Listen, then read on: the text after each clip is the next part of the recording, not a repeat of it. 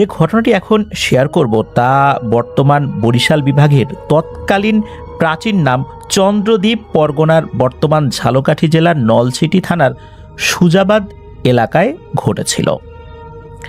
একটি রোমহর্ষক এবং বিভীষিকাময় ঘটনা। ঘটনার সময়কাল 1819 সালের শুরুর দিকের। তৎকালীন মগ জলদস্যুদের আক্রমণ ও তাদের দমন করতে সুবেদার শাহ সুজা বর্তমান সুজাবাদে কেল্লা নির্মাণ করেছিলেন। মগদের সাথে যুদ্ধে যারা শহীদ হয়েছিলেন তাদের পরিবারকে শাহ সুজা তাদের লাখেরাজ সম্পত্তি দান করেন। আসমান সিং একজন নামকরা ব্যক্তি। এই আসমান সিং এর পূর্বপুরুষ সুজাবাদ গ্রামটি লাখেরাজ সম্পত্তি হিসাবে বহু আগে লাভ করেছিলেন এবং তারা প্রবল ক্ষমতার সাথে তাদের অঞ্চল শাসন করেন। তাদের পূর্বপুরুষ রাজপুত সৈন্য ছিল। অর্থাৎ যখন সুবেদার শাহ সুজা উনি যখন মগ জলদস্যুদেরকে বিতরণ করতেন, তখন যারা শহীদ হতেন সেই যুদ্ধে তাদেরকে উনি বিভিন্ন পরগনা লিখে দিতেন। ছোট ছোট পরগনা, বিশাল বড় বড় গ্রাম, বিশাল বড় বড় এলাকা, তাদের পরিবার যেন ভালো মতো জীবনযাপন করতে পারে। আর শহীদদের জন্য তার এই ত্যাগ এবং তার এই বিষয়গুলো যখন অন্যরা দেখতেন, তারাও প্রবল সাহসিকতার সাথে তারা মগ জলদস্যুদের বিরুদ্ধে সুবেদার শাহ সুজার অধীনে থেকে যুদ্ধ করার জন্য উৎসাহীও হতেন। এটা তো এই 1819 সালের অনেক আগের কথা বলছি, কিন্তু ঘটনা শুরু 1819 সালের দিকে এই আসমান সিংকে কেন্দ্র করে। এবার আসি সেই 1819 সালের ওই সময়। এই আসমান সিং এর সাথে পরিচয় হয় পার্শ্ববর্তী এলাকার লোকমান সিং এর কন্যার রায় দুর্গার সাথে। এই আসমান সিং এবং লোকমান সিং দুজনের নাম মুসলিম বলে মনে হলেও এনারা দুজনেই কিন্তু হিন্দু ধর্মাবলম্বী ছিলেন। এই রায় দুর্গার সাথে তার পরিচয় হয়। পরিচয় থেকে পরিণয়ের পর বিবাহ সম্পন্ন হয়। তাদের ঘরে একে একে জন্ম নেয় 2 সন্তান। প্রথম সন্তানের নাম তারামণি, পরবর্তী সন্তানের নাম সীতা। এভাবেই অসাধারণ সুন্দরভাবে অতিবাহিত হতে থাকে তাদের সংসার। তবে ধীরে ধীরে আসমান সিং এর আর্থিক অবস্থার বেশ অবনতি হতে থাকলে আসমান সিং সিদ্ধান্ত নেয় তার পূর্ব পরিচিত একজন ইংরেজ ব্যবসায়ীর সাথে শেয়ারে ব্যবসা শুরু করবেন। তবে সেই ইংরেজ ব্যবসায়ী আসমান সিং এর এই প্রস্তাব প্রত্যাখ্যান করেন। তিনি বলেন, তোমাকে আগে আমি পরখ করতে চাই যে তুমি আমার পার্টনার হিসাবে ভালো করবা কি করবা না।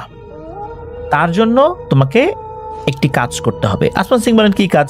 তখন সেই ইংরেজ ব্যবসায়ী বলেন যে ইংরেজ ব্যবসায়ীর অধীনে একজন উচ্চপদস্থ কর্মচারী হিসাবে আসমান সিংকে উনি নিয়োগ দেবেন। তারপর তার কাজ যদি ভালো হয়, যদি নিজেকে প্রমাণ করতে পারেন আসমান সিং, তাহলে সেই ব্যবসার একজন পার্টনার হিসাবে সেই ইংরেজ ব্যবসায়ী অন্তর্ভুক্ত করবেন। কোনো উপায়ন্তর না দেখে আসমান সিং সেই ব্যবসায়ীর প্রস্তাব গ্রহণ করেন। এক পর্যায়ে তৎকালীন চন্দ্রদ্বীপ পরগনার বর্তমান নলছিটির বন্দর এলাকায় নিজের কাজের জন্য চলে যান আসমান সিং। তৎকালীন নাকি বর্তমান সুজাবাদ থেকে আসমান সিং এর কর্মস্থলে যেতে নদীর উত্তাল স্রোত পাড়ি দিয়ে নৌকাযোগে যেতে অনেক সময় লাগতো। তাই আসমান সিং সিদ্ধান্ত নেন যে তিনি নলছিটি বন্দর এলাকায় অস্থায়ীভাবে তার কর্মস্থলে বসবাস করবেন। এরকমের চলতে থাকে আরও বেশ কয়েক মাস। তৎকালীন নলছিটি বন্দর এলাকায় কিছু মহিলারা ছোটখাটো একটা পতিতাপল্লী গড়ে তোলেন। এই আসমান সিং এর সাথে এরকমই এক পতিতার পরিচয় হয়। আর আসমান সিং ওই পতিতার মোহে পড়ে সুজাবাদে তার স্ত্রী দুর্গারানী এবং তার 2 কন্যার প্রতি একরকম বেখেয়াল হয়ে যান এবং বেশ কয়েক মাস উনি বাড়িতে আসেননি। এদিকে কি হয়েছে, দীর্ঘদিন স্বামী আসমান সিং বাড়িতে না আসার সুযোগে পার্শ্ববর্তী গ্রাম আমিরাবাদের একজন মুসলিম ব্যবসায়ী, তার নাম হচ্ছে খোদা নেওয়াজ খা, তার সাথে আসমান সিং এর স্ত্রী দুর্গা রানীর প্রণয় ঘটে। পরকীয়া প্রণয় আর কি। খোদা নেওয়াজ খার পূর্বপুরুষ শাহ সুজার সৈন্য ছিল। দুর্গা রানী রায় ও খোদা নেওয়াজ শাহের অবৈধ পরকীয়ার ঘটনা গ্রাম্য এক চৌকিদারের মাধ্যমে আসমান সিং জেনে যায়। ওই চৌকিদার আসমান সিংকে চিঠির মাধ্যমে এই বিষয়টা জানায়। মুসলিম যুবকের সাথে তার স্ত্রী পরকীয়া করছে ঘটনা শুনে আসমান সিংয়ের মাথায় রক্ত উঠে যায়।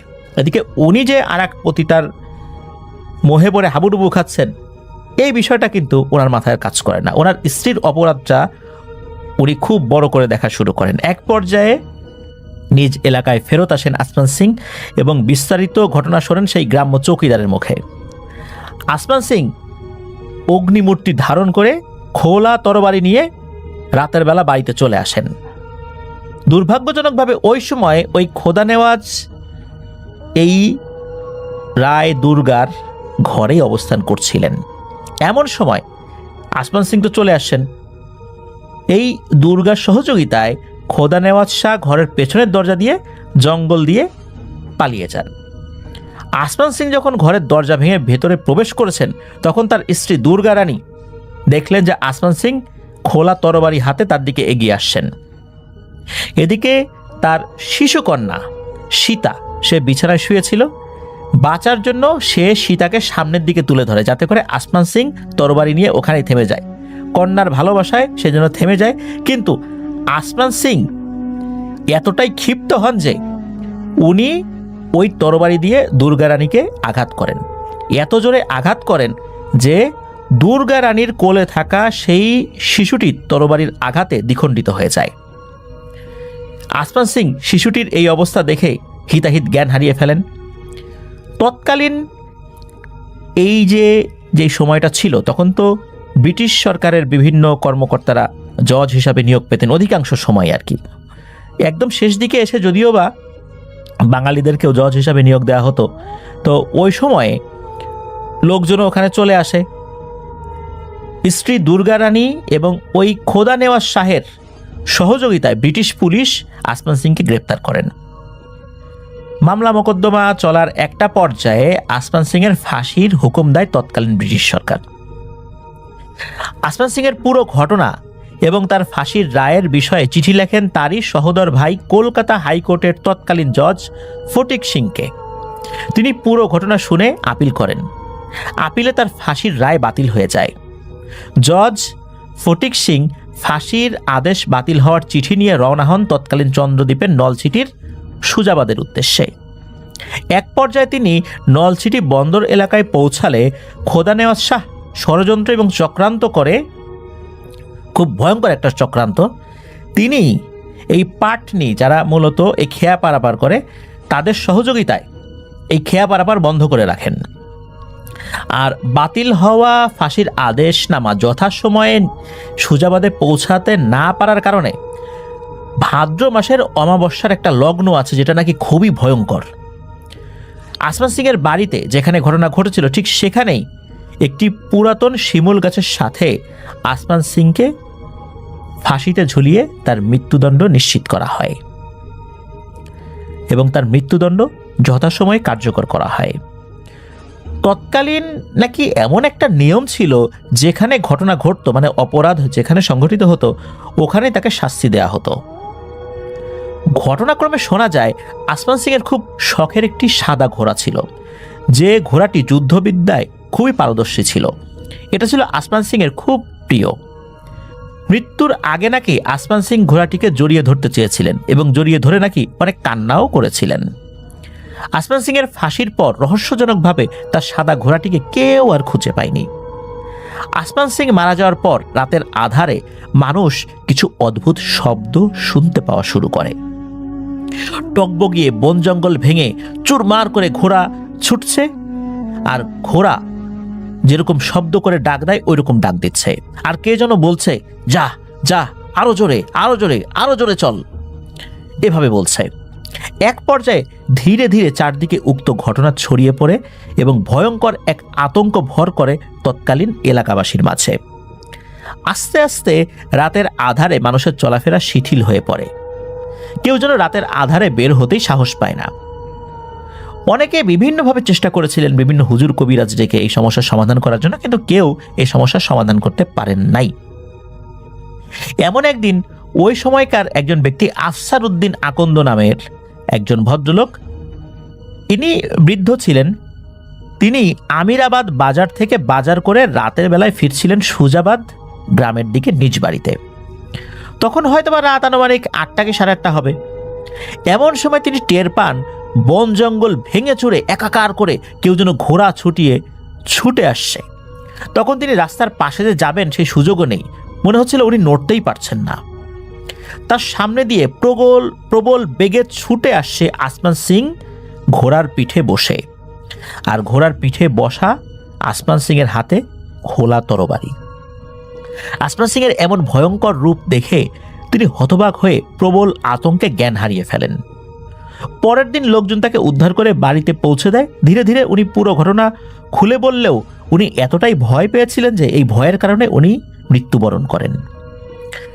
কলিমুদ্দিন নামক এক ব্যক্তি ছিলেন, তিনি পেশাগতভাবে মাঝি ছিলেন, যার বাড়ি ছিল নলছিটির 60 পাকিয়া গ্রামে। তিনি নৌকা যোগে আসমান সিং এর বাড়ির পাশ দিয়ে যাচ্ছিলেন। কোনো এক রাত্রে তখন তিনি হঠাৎ করে প্রচণ্ড শব্দ শুনতে পান, যেন নদীর চর দিয়ে ভয়ানক আকারের একটি সাদা ঘোড়া আর তার পিঠে বসা এক সওয়ারি হাতে খোলা তরবারি নিয়ে নদীর বুকে চড়ে থাকা পানির উপর দিয়ে টক বগিয়ে ঘোড়া ছুটিয়ে যাচ্ছে। এমন ভয়ঙ্কর দৃশ্য দেখে তিনি নৌকার উপর মুহূর্তেই জ্ঞান হারিয়ে ফেলেন। তবে তার ভাগ্য ভালো যে তার সাথে আরও কিছু লোকজন ছিল নৌকার মাঝে, তারাও এটা দেখেছিলেন। শেষ যাত্রায় তিনি বেঁচে গেলেও চিরদিনের মতো তিনি কর্মক্ষমতা হারিয়ে ফেলেন। এভাবে চলতে থাকে মাস, বছর, যুগের পর যুগ। আসমান সিং আর তার ভয়ঙ্কর সাদা ঘোড়ার কাহিনী পরবর্তী সময়ে আসমান সিং এর বাড়ি কেন্দ্রিক শত শত ঘটনা ঘটেছিল, যা চলমান ছিল। পর্যায়ক্রমে আসমান সিং এর স্ত্রী দুর্গা রানী সবকিছু হারিয়ে এক প্রকার অচল হয়ে পড়ে। ধীরে ধীরে পুরোপুরি উনি পাগল হয়ে যান। এক পর্যায়ে ভিক্ষাবৃত্তি করে জীবনযাপন করতে থাকেন। যতটুকু জানা যায়, আসমান সিং এর একমাত্র জীবিত কন্যা তারামণি সিংকে আসমান সিং এর ফাঁসির পর তার বিচারক ভাই ফটিক সিং সাথে করে কলকাতায় নিয়ে যান। কথিত আছে এমন কোনো সাহসী মানুষ ছিল না যখন আসমান সিং ও তার ঘোড়া রাতে চলাচল করত আর তার সামনে গিয়ে দাঁড়াতো। এমন সাহসী মানুষ খুঁজেই পাওয়া যেত না। পরবর্তী সময়ে 1980 সাল পর্যন্ত আমিরাবাদ থেকে সুজাবাদ ও রায়াপুর স্কুলের দক্ষিণ দিকে স্লুইস গেট বেরিবাদ পর্যন্ত সরব উপস্থিতি ছিল আসমান সিং ও তার ঘোড়ার। ফিরোজ আঙ্কেল যেমনটি বলেছেন, উনি একজন ভদ্রলোক যিনি আবির ভাইকে এই বিষয়ে বলেছেন। তো তার সমসাময়িক বন্ধুবান্ধবরা খুব ডানপিটে ছিলেন। তারা অধিকাংশ সময় তাদের কাচারি ঘরে ঘুমাতেন। সম্ভবত ভাদ্র মাসের দিন ধপাস ধপাস তাল পড়ছে এমন একটা সময়, কারণ ভাদ্র মাসে তো তাল পাকে। রাত তখন প্রায় আনুমানিক 1টা। হঠাৎ ঝনঝন ঝনঝন, টকবক টকবক, যা যা আরো জোরে চল, আরো জোরে চল, ছোট আমার সাদা ঘোড়া, ছোট আমার প্রিয় ঘোড়া, এরকম শব্দ করতে করতে সামনের দরজা দিয়ে কে যেন ধেয়ে আসছে। এই দেখে তিনি জানালার ভেতর দিক থেকে নিজের চোখে স্পষ্ট দেখেছেন একটা বিশাল দেহী সাদা ঘোড়া, তার পিঠে বসা আছে কালো এক ছায়ামূর্তি, হাতে একটা খোলা তরবারি। আসমান সিং আর তার ঘোড়ার ভয়ঙ্কর কাহিনী ছড়িয়ে পড়ে গ্রাম থেকে থানা। তৎকালীন শত শত মানুষ সাক্ষী ছিলেন সেই ভয়ঙ্কর ঘটনার। এক পর্যায়ে এই আসমান সিং আর ঘোড়ার যাত্রা শুরু হয় পার্শ্ববর্তী আমিরাবাদ 60 পাকিয়া থেকে রায়াপুর দক্ষিণের স্লুইস গেট নদীর পার, তারপর বেরিবাদ হয়ে আবার সেই সুজাবাদের আসমান সিং এর বাড়ির নদীর পাড়ের ফাঁসির স্থান সেই শিমুল গাছ পর্যন্ত। এভাবে তার চলাফেরার পরিধিটা আরো বড় হয়। আসমান সিং এর ঘোড়া যখন ছুটতো তখন ঝনঝন আর ঘোড়ার খুরের ভয়ঙ্কর টকবগিয়ে ছুটে আসার শব্দ, এই আসমান সিং এর হাক ডাকের শব্দ অনেকেই শুনেছেন। তার ভিতর নলছিটির রায়াপুর খানবাড়ির পুলিশ অফিসার আয়েন আলী খানের পুত্র মোহাম্মদ ফিরোজ আহমেদ খান, তার বর্তমান বয়স 68 বছর, তিনিও কিন্তু এই ঘটনার সাক্ষী। আসমান সিং এর বাড়ির পেছনে যে নদীটি রয়েছে, উক্ত নদীর নাম বিষখালী নদী। বরিশাল থেকে যদি রাজাপুর, ভান্ডারিয়া, কাউখালী, পিরোজপুর, খুলনা এদিক দিয়ে যদি যেতে হতো, তৎকালীন শুধু এই নদীপথেই যাওয়া লাগতো। কথিত আছে সন্ধ্যার পরে বিষখালী নদীর আসমান সিংয়ের বাড়ি সুজাবাদ চ্যানেল এলাকা দিয়ে কেউ সহজে পার হতে পারত না। হয় নৌকা ডুবে যেত, না হয় কোনো না কোনোভাবে কেউ নদীতে পড়ে হারিয়ে যেত, পরবর্তীতে লাশ ভেসে উঠত। এতক্ষণ তো আমরা বিভিন্ন ঐতিহাসিক বিষয়গুলো শুনলাম। এবার আসুন আমরা বর্তমান সময়ের কাছাকাছি সময়ে যে ঘটনাগুলো ঘটেছে সেই ঘটনায় চলে আসি। একটি ঘটনা বর্ণনা করেছেন আবির ভাইয়ের যে গ্রাম নারকেলবাড়িয়া, এই নারকেলবাড়িয়া গ্রামের কয়েকজন প্রবীণ মুরব্বী, আব্দুল কাদের মাঝি, মনসুর আলী মৃধা, আব্দুস সোবহান মোল্লা তাদের মধ্যে উল্লেখযোগ্য। তো তাদের মুখের বর্ণিত ঘটনাটা যেরকম আবির ভাই ছোটবেলা থেকে শুনেছেন নিজ কানে, সেগুলো উনি বর্ণনা করেছেন। আসমান সিংয়ের বাড়ির ভয়ঙ্কর ঘটনার কথা কিন্তু আবির ভাই ওনার প্রয়াত মায়ের মুখেও শুনেছেন একাধিকবার। একটি লাশ কেন্দ্রিক ঘটনা বর্ণনা করেছেন আব্দুস সোবহান মোল্লা, যিনি 12-13 বছর আগে মারা গিয়েছিলেন। ঘটনার সময়কাল 1983 কি 84 সাল। তিনি যেমনটি বলেছেন যে তার স্ত্রীর কয়েকজন আত্মীয় স্বজন, তারপর তার স্ত্রীর একজন বড় ভাই, নাম হলো আব্দুল মান্নাফ, যাদের বাড়ি ছিল রাজাপুর বাদুরতলা নামক স্থানে, তিনি হঠাৎ করে কলেরায় আক্রান্ত হয়ে প্রচুর অসুস্থ হয়ে পড়েন। এই খবর পেয়ে এই সোবহান মোল্লা তার স্ত্রীকে নিয়ে আব্দুল কাদের মাঝির ছাউনিওয়ালা নৌকা, যেটাকে ওই সময় ওনাদের এলাকায় কেয়ারের নৌকা বলতো, ভাড়া করে, ওই নৌকাটা ভাড়া করে উনি শ্বশুর বাড়িতে যান। এক পর্যায়ে দুপুরের দিকে তিনি পৌঁছে দেখেন তার শ্যালকের অবস্থা খুব গুরুতর। তখন সিদ্ধান্ত নেন যে বরিশাল শেরেবাংলা মেডিকেলে নিয়ে যাবেন। তখন সকলেই সহমত পোষণ করেন। এক পর্যায়ে সোবহান মোল্লা ও তার অপর এক শ্যালক সহ আব্দুল মান্নাফকে কাদের মাঝির নৌকা যোগে বরিশাল শেরেবাংলা মেডিকেলে নিয়ে যেতে সক্ষম হন। তবে সন্ধ্যা হয়ে যায়। মেডিকেলে নিয়ে যাওয়ার কিছুক্ষণ পর ডাক্তার আব্দুল মান্নাফকে মৃত বলে ঘোষণা করেন। তখন কিন্তু রাত হয়ে গিয়েছে, তবে গভীর রাত বিষয়টা এরকম না, সন্ধ্যার ঠিক পরপরই যেরকম রাত হয়, এশার একটু আগে, এশার আজানের একটু আগে, ওই রকম সর্বোচ্চ 7টা কি 7:30 বাজে এরকম আর কি সময়। তো এই সময় আব্দুস সোবহান মোল্লা, ওনার যে অপর শ্যালক, তিনি তো তার ভাইয়ের মৃত্যুতে অনেক কান্নাকাটি করছেন। তখন আব্দুস সোবহান মোল্লা বলে যে এখন কান্নাকাটি করে কি হবে, ধৈর্য ধরো, লাশ তো বাড়িতে নিয়ে যেতে হবে। তখন এই আব্দুল কাদের মাঝি বলেন, এখন কি লাশটা নিয়ে যাওয়া ঠিক হবে? আব্দুস সোবহান মোল্লা ছিলেন খুবই সাহসী এবং একরোখা স্বভাবের, আর বদমেজাজি মানুষও ছিলেন বটে। তিনি বলেন যে এখনই লাশ নিয়ে যাব, কিসের ভয়, কোনো ভয় নেই, চলো আল্লাহর নাম নিয়ে। এক পর্যায়ে তারা রওনা হন লাশ নিয়ে সোবহান মোল্লার শ্বশুরবাড়ি বাদুরতলা এলাকার উদ্দেশ্যে। নৌকার মোট 3 জন সদস্য আর একটা লাশ। এক পর্যায়ে নৌকা চলতে চলতে আসমান সিংয়ের সুজাবাদের বাড়ির ঠিক পেছন পর্যন্ত যখনই আসছে, তখন কেমন যেন নৌকা আস্তে আস্তে একে একে পাড়ে ভিড়ে যায়। আব্দুল কাদের মাঝি এবং নৌকার সামনে বসা সোবহান মোল্লা শত চেষ্টা করেও নৌকাটা ঠিকভাবে চালাতে পারছিল না, একা একাই পাড়ে ভিড়ে যায়। তাদের অনিচ্ছা সত্ত্বেও নৌকা পাড়ে ভিড়ে যায়। আসলে ওটাই কিন্তু সেই ভয়ঙ্কর জায়গা আসমান সিংয়ের বাড়ি, যেখানে নৌকাটা একে একে পাড়ে ভিড়ে গিয়েছিল। আব্দুল কাদের মাঝি দেখেন হঠাৎ করে লাশটি উঠে বসে পড়ে এবং বলতে থাকে, এই আমাকে নামিয়ে দে এখানে। তখন আব্দুল কাদের মাঝি প্রচণ্ড জোরে চিৎকার দিয়ে জ্ঞান হারিয়ে ওই নৌকাতেই লুটিয়ে পড়েন। পেছন থেকে চিৎকার শুনে আব্দুস সোবহান মোল্লা ফিরে তাকায় এবং উনি ভরা জ্যোৎস্নার আলোয় দেখতে পান তার শ্যালকের মৃতদেহ উঠে বসে পড়ছে এবং বলছে, এই আমাকে এখানে নামিয়ে দে। সোবহান মোল্লা তো যা বোঝার বুঝে ফেলেন। তিনি দেরি না করে তার হাতে থাকা বৈঠা দিয়ে উপর্যুপরি আঘাত করতে থাকেন ওই লাশের উপরে। অনেকগুলো আঘাত করার পর ওই লাশটি আবার পড়ে যায় বলতে লাশের পূর্বের অবস্থায় চলে যায়। এ সময় সোবহান মোল্লা কিন্তু প্রচণ্ড ভয় পান, যদিও বা উনি খুবই সাহসী মানুষ ছিলেন। তবে উনি সাহস না হারিয়ে পরিস্থিতি সামলে নেওয়ার চেষ্টা করেন। এক পর্যায়ে সোবহান মোল্লা কাদের মাঝির মাথায় পানির ঝাপটা দিলে তারও জ্ঞান ফেরত আসে। পরবর্তী সময়ে তারা আবারও রওনা হন। তখন সোবহান মোল্লা বলেন যে তার ছোট শ্যালককে উনি বলেন যে তুই মাঝির সাথে বস, যা কিছু হয়ে যাক ভয় পাবি না, আর যদি কেউ ভয় পাস তাহলে কিন্তু আমরা কেউই বাঁচবো না, আমরাও লাশ হয়ে যাব এই লাশের সাথে। এরপর তারা যতটুকু দোয়া দরুদ জানতেন তাই পড়া শুরু করে রাত প্রায় 1:45টার দিকে লাশ নিয়ে আল্লাহর রহমতে সহি সালামতে বাড়িতে ফেরত আসতে সক্ষম হন। তখন আত্মীয় স্বজনরা নৌকা থেকে লাশ উঠিয়ে নিয়ে যায় এবং কাদের মাঝি সহ সোবান মোল্লা সহ সবাই হাত মুখ ধুয়ে ঘরে ঢোকেন। পরের দিন সোবান মোল্লা বলেন যে উনি দেখেছিলেন যে অনেক বড় বড় বিশাল দেহি শেয়াল নৌকার পাশে পাশে দৌড়াচ্ছিল, কিন্তু উনি কাউকে কিছু বলেন নাই। অন্যরা অবশ্য এটা দেখে নাই, কিন্তু উনি এটা দেখেছিলেন। তখন উনি নাকি বুঝতে পেরেছিলেন এগুলো কোনো সাধারণ শেয়াল নয়, এগুলো লাশ খেকো ভয়ঙ্কর পিশাচ। যদি একবার নৌকায় উঠতে পারত তাহলে লাশের পাশাপাশি ওনাদেরকেও খেয়ে ফেলত। তাই সোবান মোল্লা ভয় না পেয়ে শক্ত হাতে প্রতিকার করতে চেয়েছিলেন। আশ্চর্যজনকভাবে কাদের মাঝি ও সোবান মোল্লা ধীরে ধীরে বেশ অসুস্থ হয়ে পড়েন। তবে দীর্ঘদিন চিকিৎসা নিয়ে আল্লাহর রহমতে পরবর্তীতে তারা সুস্থ হয়েছিলেন।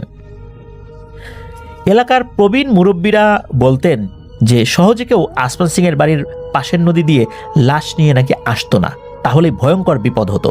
লাশ নিয়ে আসলে আসমান সিং এর বাড়ির সামনে আসা মাত্র লাশের নৌকা হয় ডুবে যেত, নতুবা নৌকা টেনে ধরত অদৃশ্য কোনো শক্তি। কালের বিবর্তনে আসমান সিং এখন এক ইতিহাস, কিন্তু আসলে কি ইতিহাস? ওই নদীটার নাম বিষখালী নদী। ওই নদীতে এখনো নাকি ভয়ঙ্কর ঘটনা ঘটে। আসমান সিং এর এই ঘটনা নিয়ে কিন্তু বহু বছর পুঁথি পাঠ হতো। পুঁথি গান আমরা অনেকে শুনেছি, একটা বিশেষ সুর করে এই পুঁথি পাঠ করা হয়।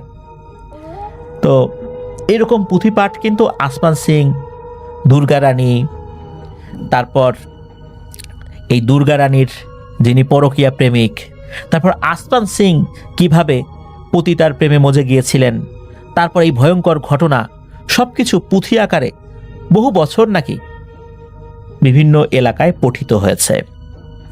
শুধু যে বরিশাল এলাকায় পঠিত হয়েছে বিষয়টা এরকম না, বাংলাদেশের পুঁথি সাহিত্যেও এই আসমান সিং এর ঘটনা নাকি রয়েছে। আসমান সিং এর যে বাড়ি, এই বাড়ির আশেপাশে এখনো নাকি কোনো বাড়িঘর সেভাবে হয়নি।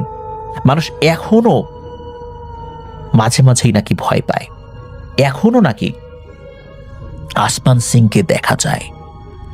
বিশাল দেহি একটা সাদা ঘোড়ার উপরে খোলা তরবারি হাতে আসমান সিং টকবগিয়ে ছুটে আসছে, আর ঘোড়াকে বলছে, যা ছুটে চল আমার প্রিয় ঘোড়া, ছুটে চল, আরো জোরে আরো জোরে।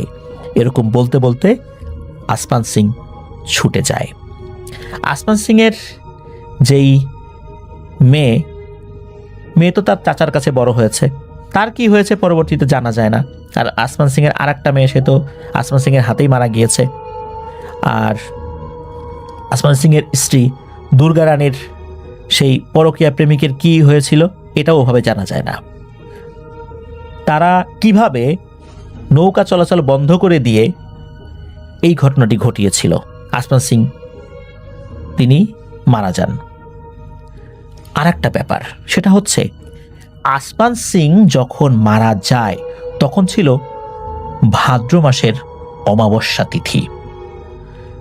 অনেকেই বলে থাকেন, বিশেষ করে যারা তান্ত্রিক কবিরাজ, তারা বলে থাকেন এই ভাদ্র মাসের অমাবস্যা তিথিতে যদি কেউ অপঘাতে মারা যায় বা অস্বাভাবিক মৃত্যু হয় বা গলায় ফাঁস দিয়ে মারা যায় বা কাউকে মারা হয়, ওই সময়ে ওখানে যদি পিশাচ শ্রেণীর জিন থাকে সে নাকি ভয়ঙ্কর শক্তিশালী হয়ে যায়, সে ব্রহ্মদৈত্য হয়ে যায়।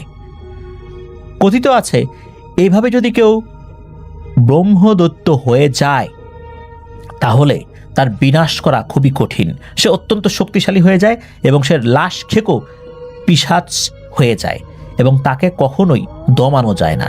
তাকে যেই দেখবে তারই বড় ধরনের কোনো ক্ষতি হয়ে যাবে। আসমান সিং এর ঘোড়াটার আসলে কি হয়েছিল এটা জানা যায় না। ওই ঘোড়াটিকে কেউ জীবিত দেখেনি, কিন্তু আসমান সিং এর মৃত্যুর পর থেকে এরকম ঘটনা ঘটে। অনেকেই বলেন ওই সময় কোনো একটা পিশাচ ওখানে ছিল সেই গাছের কাছে, সেই হয়তোবা এরকম ভয়ঙ্কর শক্তিশালী হয়ে আসমান সিং হয়ে ঘুরে বেড়াচ্ছে আজও। সে কাহিনী আজও ঘটে চলছে। প্রিয় লিসেনার্স, এনামুল হক আবির ভাই এই বিষয়ে বিভিন্ন ধরনের তন্ত্রবিদ্যায় পারদর্শী যারা আছেন, ওনার পরিচিত যাদেরকে উনি চেনেন যে তারা তান্ত্রিক, এনাদের সাথে কথা বলেছিলেন যে ভাদ্র মাসের অমাবস্যা তিথিতে যদি কারো অপঘাতে মৃত্যু হয় তাহলে আসলেই এরকম ঘটনা ঘটে কিনা। তারা বলেছেন হ্যাঁ, ওখানে যদি পিশাচ শ্রেণীর কোনো জিন থাকে তাহলে তারা খুব শক্তিশালী হয়ে যায় এবং তারাই এরকম শক্তিশালী হয়ে মানুষকে ভয় দেখাতে থাকে এবং এদের শক্তি হয়ে যায় অসম্ভব রকমের বেশি, যাদেরকে সহজে দমানোই যায় না, যেটা আসমান সিংয়ের বেলায় হয়েছিল। প্রিয় লিসেনার্স, এক ঐতিহাসিক সত্য ঘটনা যেটা আজও ঘটে চলছে। ধন্যবাদ জানাচ্ছি এনামুল হক আবির ভাইকে।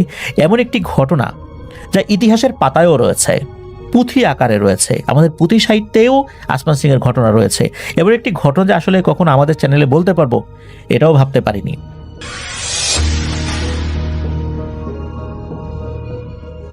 তো এই ঘটনাটা ঘটে 2015 সালে রূপা নামে একটা মেয়ের সাথে এবং তার পরিবারের সাথে। রূপা 2010 সালে বিয়ে করেছিল জুয়েলকে। তো ভালোবেসে ওদের বিয়ে করা হয় এবং প্রথম পর্যায়ে ওদের দুই ফ্যামিলি কেউ এই বিয়ের পক্ষে রাজি ছিল না।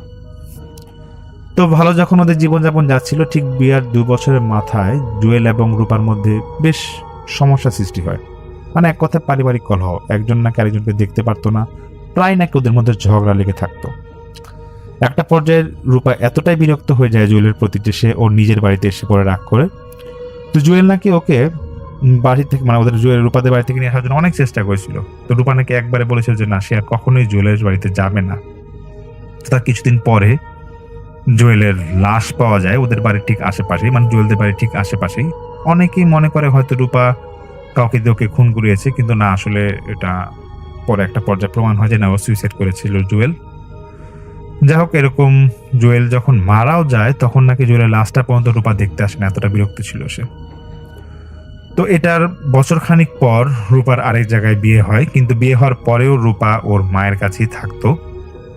তো বিয়ের ঠিক 7 কি 8 দিন পরে রূপার ফ্যামিলিতে প্রথম যে সমস্যাটা হয় সমস্যাটা হয় ওর মায়ের সাথে। তো বলে রাখতেছি আগে দিয়ে যে রূপা কিন্তু হাজবেন্ডের সাথে ওর মায়ের বাড়িতেই থাকতো কোন একটা কারণে, মানে সে ওর শ্বশুর বাড়িতে থাকতো না। তো যেদিন এই ঘটনাটা ঘটে, এটা ফজরের ঠিক আগ মুহূর্তে রূপার মা, উনি নাকি অজু করতে যাবে, উনি ফজরের নামাজ পড়ে, তো ঠিক তার আগ মুহূর্তে অজু করতে যাবে। তো উনি দেখতেছে তখনও মনে আজান দেয় নাই, ওনার চোখে একটু ঘুম ঘুম ভাব ছিল। উঠানের ঠিক একটা পাশেই ছিল ওনাদের ওয়াশরুমটা। উনি যখন ওয়াশরুমে ঢুকতে যাবে, উনি হঠাৎ করে দেখতেছে যে ওনার চুলটা পিছন দিয়ে হ্যাঁচকা টান দিতেছে কে যেন, এবং উনি এতটাই ব্যথা পায় পিছিয়ে দেখতেছে যে ওনার মেয়ের রূপা। এবং এটা দেখে উনি চিৎকার দিয়ে বলতেছে যে মা, তুই এত রাতে আমার চুল টান দিলি কেন? এটা বলতেই নাকি রূপা ওনার মা, মানে রূপার মায় নাকি হাতে কামড় দিছে। এবং রূপার মা নাকি এত জোরে চিৎকার দিছে যে তখন নাকি হঠাৎ করে, মানে উনি কিছু বলতে পারতেছে না কি হচ্ছে। এমন সময় নাকি ফজরের আজান দিবে এবং রূপা নাকি দৌড় দিয়ে চলে যায়, এবং রূপার মাও দৌড় দিয়ে ঘরের মধ্যে এসে পড়ে, এবং এসে উনি জোরে জোরে চিৎকার করে কাঁদতেছে। ওনার কান্না শুনে রূপা এবং রূপার হাজবেন্ড পাশের রুম থেকে এসে পড়ে, এবং ওনাদের অন্যান্য আশেপাশে যারা ছিল ওরাও এসে পড়ে এবং বলতেছে মা, কি হয়েছে? উনি নাকি জোরে জোরে কাঁদতেছে, বলতেছে রূপা, তুই এটা আমার কি করলে? আমার হাতে কামড়ালি কেন মা? আমার চুল টানলি কেন মা? এটা বলতেই নাকি সঙ্গে সঙ্গে উনি সেন্সলেস হয়ে যায়। সবাই ভাবে হয়তোবা খারাপ কিছু দেখছে উনি, এর জন্য ভয় পেয়ে কাজটা মানে এরকম হয়েছে ওনার। তো কিছুক্ষণ পর যখন ফজরের জামাত শেষ হয় তখন মসজিদ থেকে হুজুর নিয়ে আসা হয়, এবং রূপার মাকে, মানে রূপার মাকে উদ্দেশ্য করে ওই ঝাড়ফুঁক দেওয়া হয়। সেই হুজুর ঝাড়ফুঁক দেন এবং হুজুর বলতেছে হয়তো খারাপ কিছু দেখছে, কোনো সমস্যা নেই, ঠিক হয়ে যাবে। তো এরকম ওই আশা নিয়ে তো সবাই বসে আছে, কিন্তু নাকি দিনের 10টা-11টা বাজে রূপার মায়ের কোনো সেন্স আসে না। শুধু ঘুমের মধ্যে কিছুক্ষণ পর পর নাকি উনি উঠার চেষ্টা করে, উনি সেন্সের যে অবস্থায় যে ঘুমের মধ্যে উঠার চেষ্টা করে, কিন্তু উঠতে পারতেছিল না, আবার নাকি উনি পড়ে যাচ্ছিল। এই হতে হতে নাকি আসরের সময় গিয়ে ওনার সেন্স আসে, এবং উনি খেয়াল করতেছে যে উনি উঠে বসতে পারতেছে, কিন্তু হাঁটার যে ক্ষমতাটা সেটা ওনার নাই। ওনার নাকি প্রায় কোমর থেকে পা পর্যন্ত অবশ হয়ে গেছে। এটা ঘটার পর তো বাসার সবাই একটু ভয় পেয়ে যায়। 2-1টা হুজুর সেদিন আনে, কিন্তু কোনো হুজুরই সেই সমস্যার সমাধান করতে পারে না, বলে হয়তো উনি শারীরিকভাবে একটু অসুস্থ হয়ে গেছে দেখে সমস্যাটা হয়েছে। তো যাই হোক, ওনারা আশা কয়েকদিন ধরে নাকি বেশ চিকিৎসা করতেছিল, কিন্তু রূপার মার কোনো সমাধান হচ্ছিল না। এদিকে তো রূপার মা অসুস্থ। ঠিক তার 2-1 দিন পরে উনি ঘুমের মধ্যে হঠাৎ করে স্বপ্ন দেখতেছে যে ওনার আগের যে হাজবেন্ড জুয়েল ওনাকে ডাকতেছে এবং বলতেছে যে রূপা, তুমি আমার কাছে এসে পড়ো, তুমি আর ওই বাড়িতে থাইকো না। এই কথা যখন বলতেছে তখন নাকি রূপা হঠাৎ করে ঘুম থেকে উঠে গেছে। সে উঠে দেখতেছে ওর পাশে ওর বর্তমান যে স্বামী সেই শোয়া। তো যাই হোক, এরকম তো রূপা শুয়ে যায়, মানে রূপা শুয়ে যাওয়ার পর আবার সে স্বপ্ন একই দেখতেছে যে ওর আগের স্বামী জুয়েল বলতেছে যে তুমি খুব ক্ষতি করলে আমার, তুমি আমাকে বাঁচতে দিলে না ঠিকভাবে। তো রূপা নাকি একটু ঘুম থেকে উঠে সে ভাবতেছে কি ব্যাপার, এতদিন পর আমি জুয়েলকে স্বপ্ন দেখতেছি, এগুলা কেন হইতেছে, আর পর কেন আমি ওকে দুবার স্বপ্ন দেখলাম। তো যাই হোক, এরকম সমস্যা হচ্ছিল। তো আরেকটা হুজুর, বেশ বড় একটা হুজুর ওদের বাসায় আনা হয়।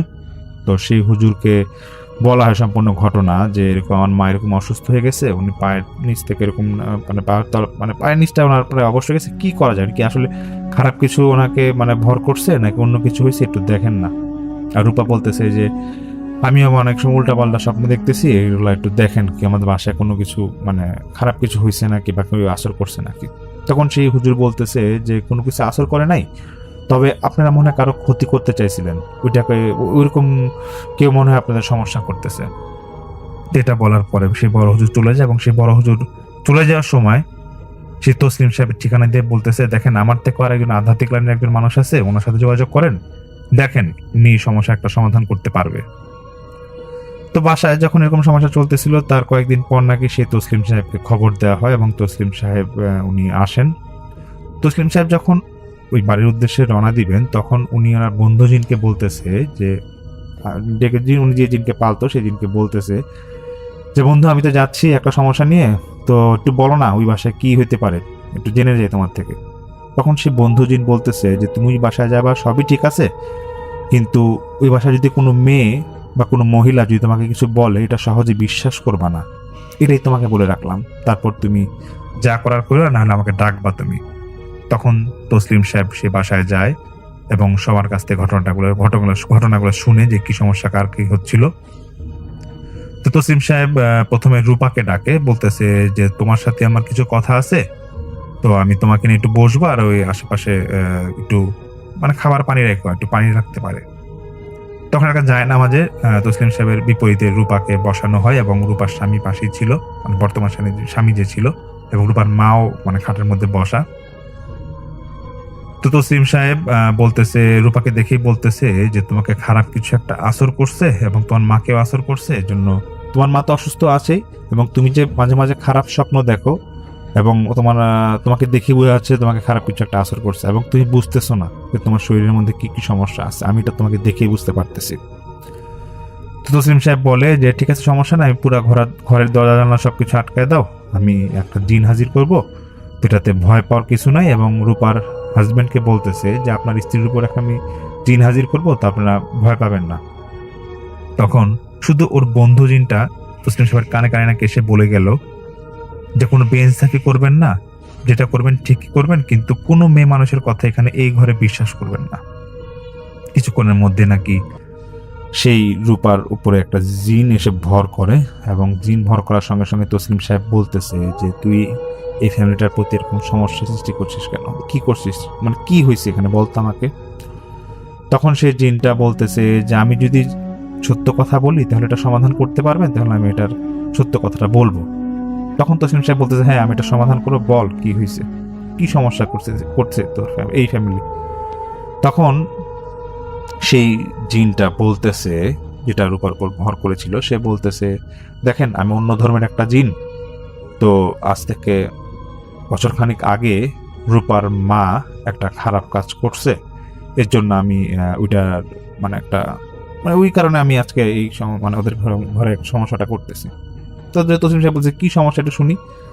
তখন সেই জিন বলতেছে যে রূপা একটা ছেলেকে ভালোবেসে বিয়ে করছিল, জুয়েল, এবং রূপার মা এটা সহ্য করতে পারতো না, এবং উনি আমাকে ওই বিয়ের 2 বছরের মাথায় একটা ওঝার মাধ্যমে আমাকে জুয়েলের প্রতি ভর করাইছিল, ব্ল্যাক ম্যাজিক বা কালো জাদু যেটাই হোক, ওই রকম ভর করাইছিল।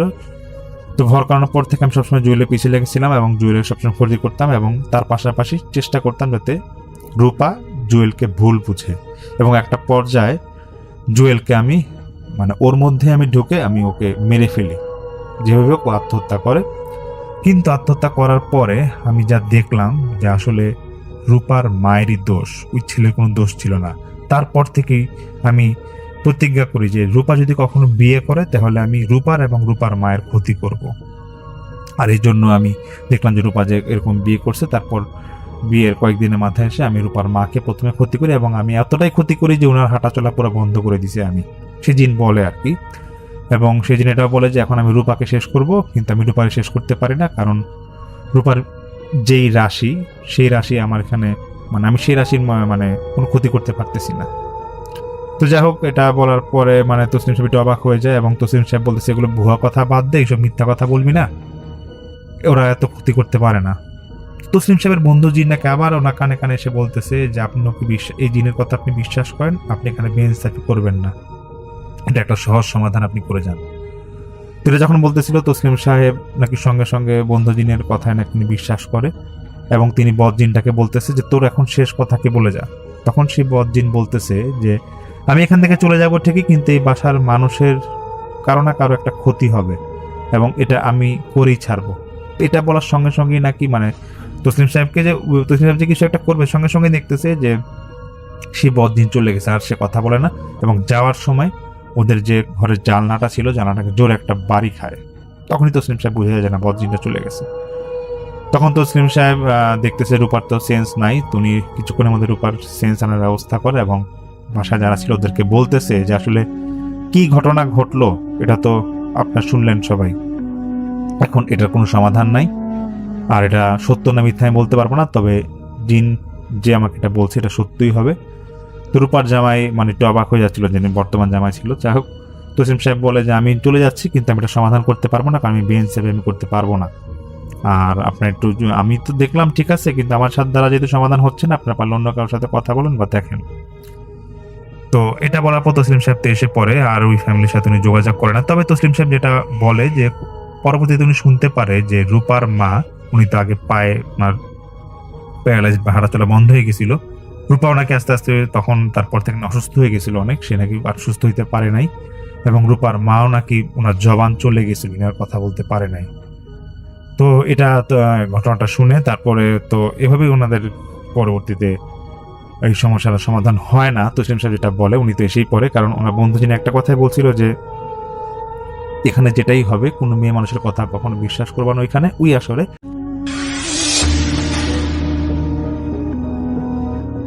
রাইসুল ইসলাম, এবং তিনি ঢাকা শহরের একজন বাসিন্দা।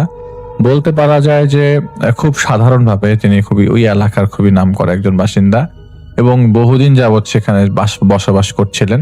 তার বাসাটা ছিল 5 তলা এবং নিজের বাবার গড়া বাড়ি আর কি। তো সেই 5 তলা তার বাবা করার পরে তার বাবা 1993 সালে মৃত্যুবরণ করেন এবং মৃত্যুবরণ করার পরে তিনি এই বাড়ির মধ্যে অনেকদিন ছিলেন।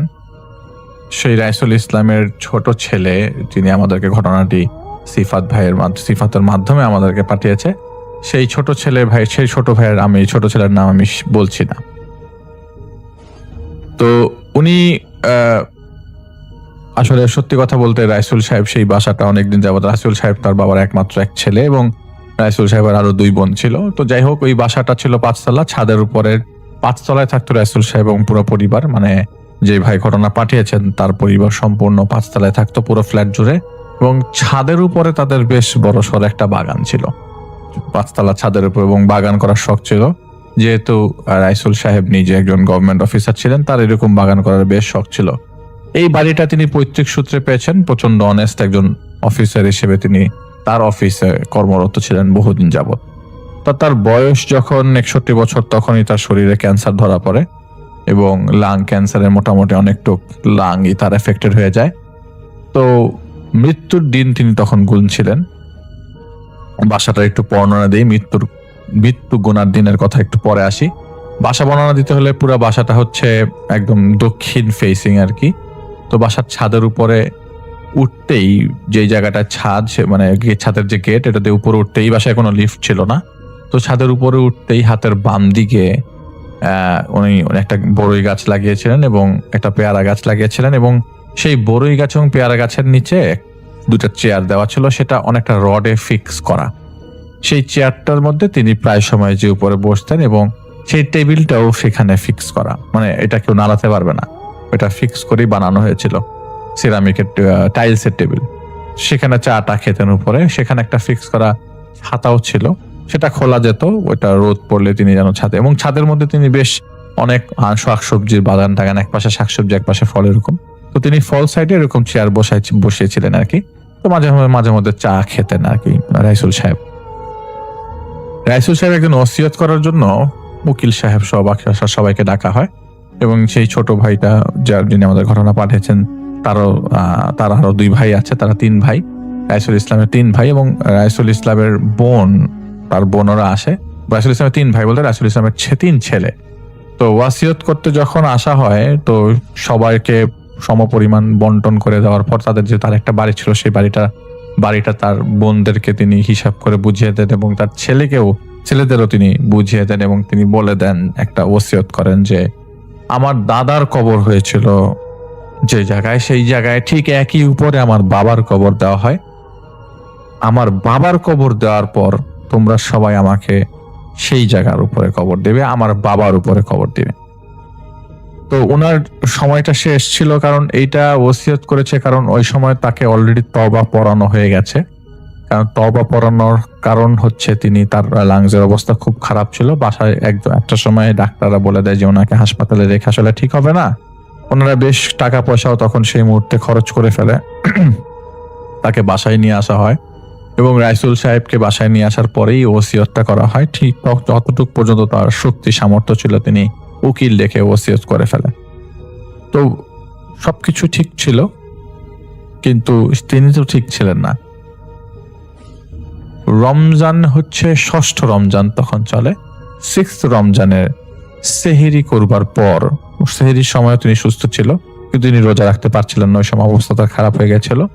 সেহেরি করার পর যখন সবাই ফজরের নামাজ পড়তে যায়, ফজরের নামাজ পড়ে আসার পরই দেখে যে তিনি আর তার ঘরের ভিতরে, যখন তার স্ত্রী পাশে ছিল, মানে রাইসুল সাহেবের স্ত্রী বুঝতে পারছিল যে সে খুব গোঙাচ্ছে, জিহ্বা কেমন কর কর কর কর শব্দ করছে আর বুকের মধ্যে ধরেছিল বেশ কিছুক্ষণ উনি, এবং উনি তো অনেক শুকনা ছিল, ওনার মুভমেন্টটা প্রপারলি বোঝা যাচ্ছিল, মনে হচ্ছিল একটা কাঠি মুভ করছে।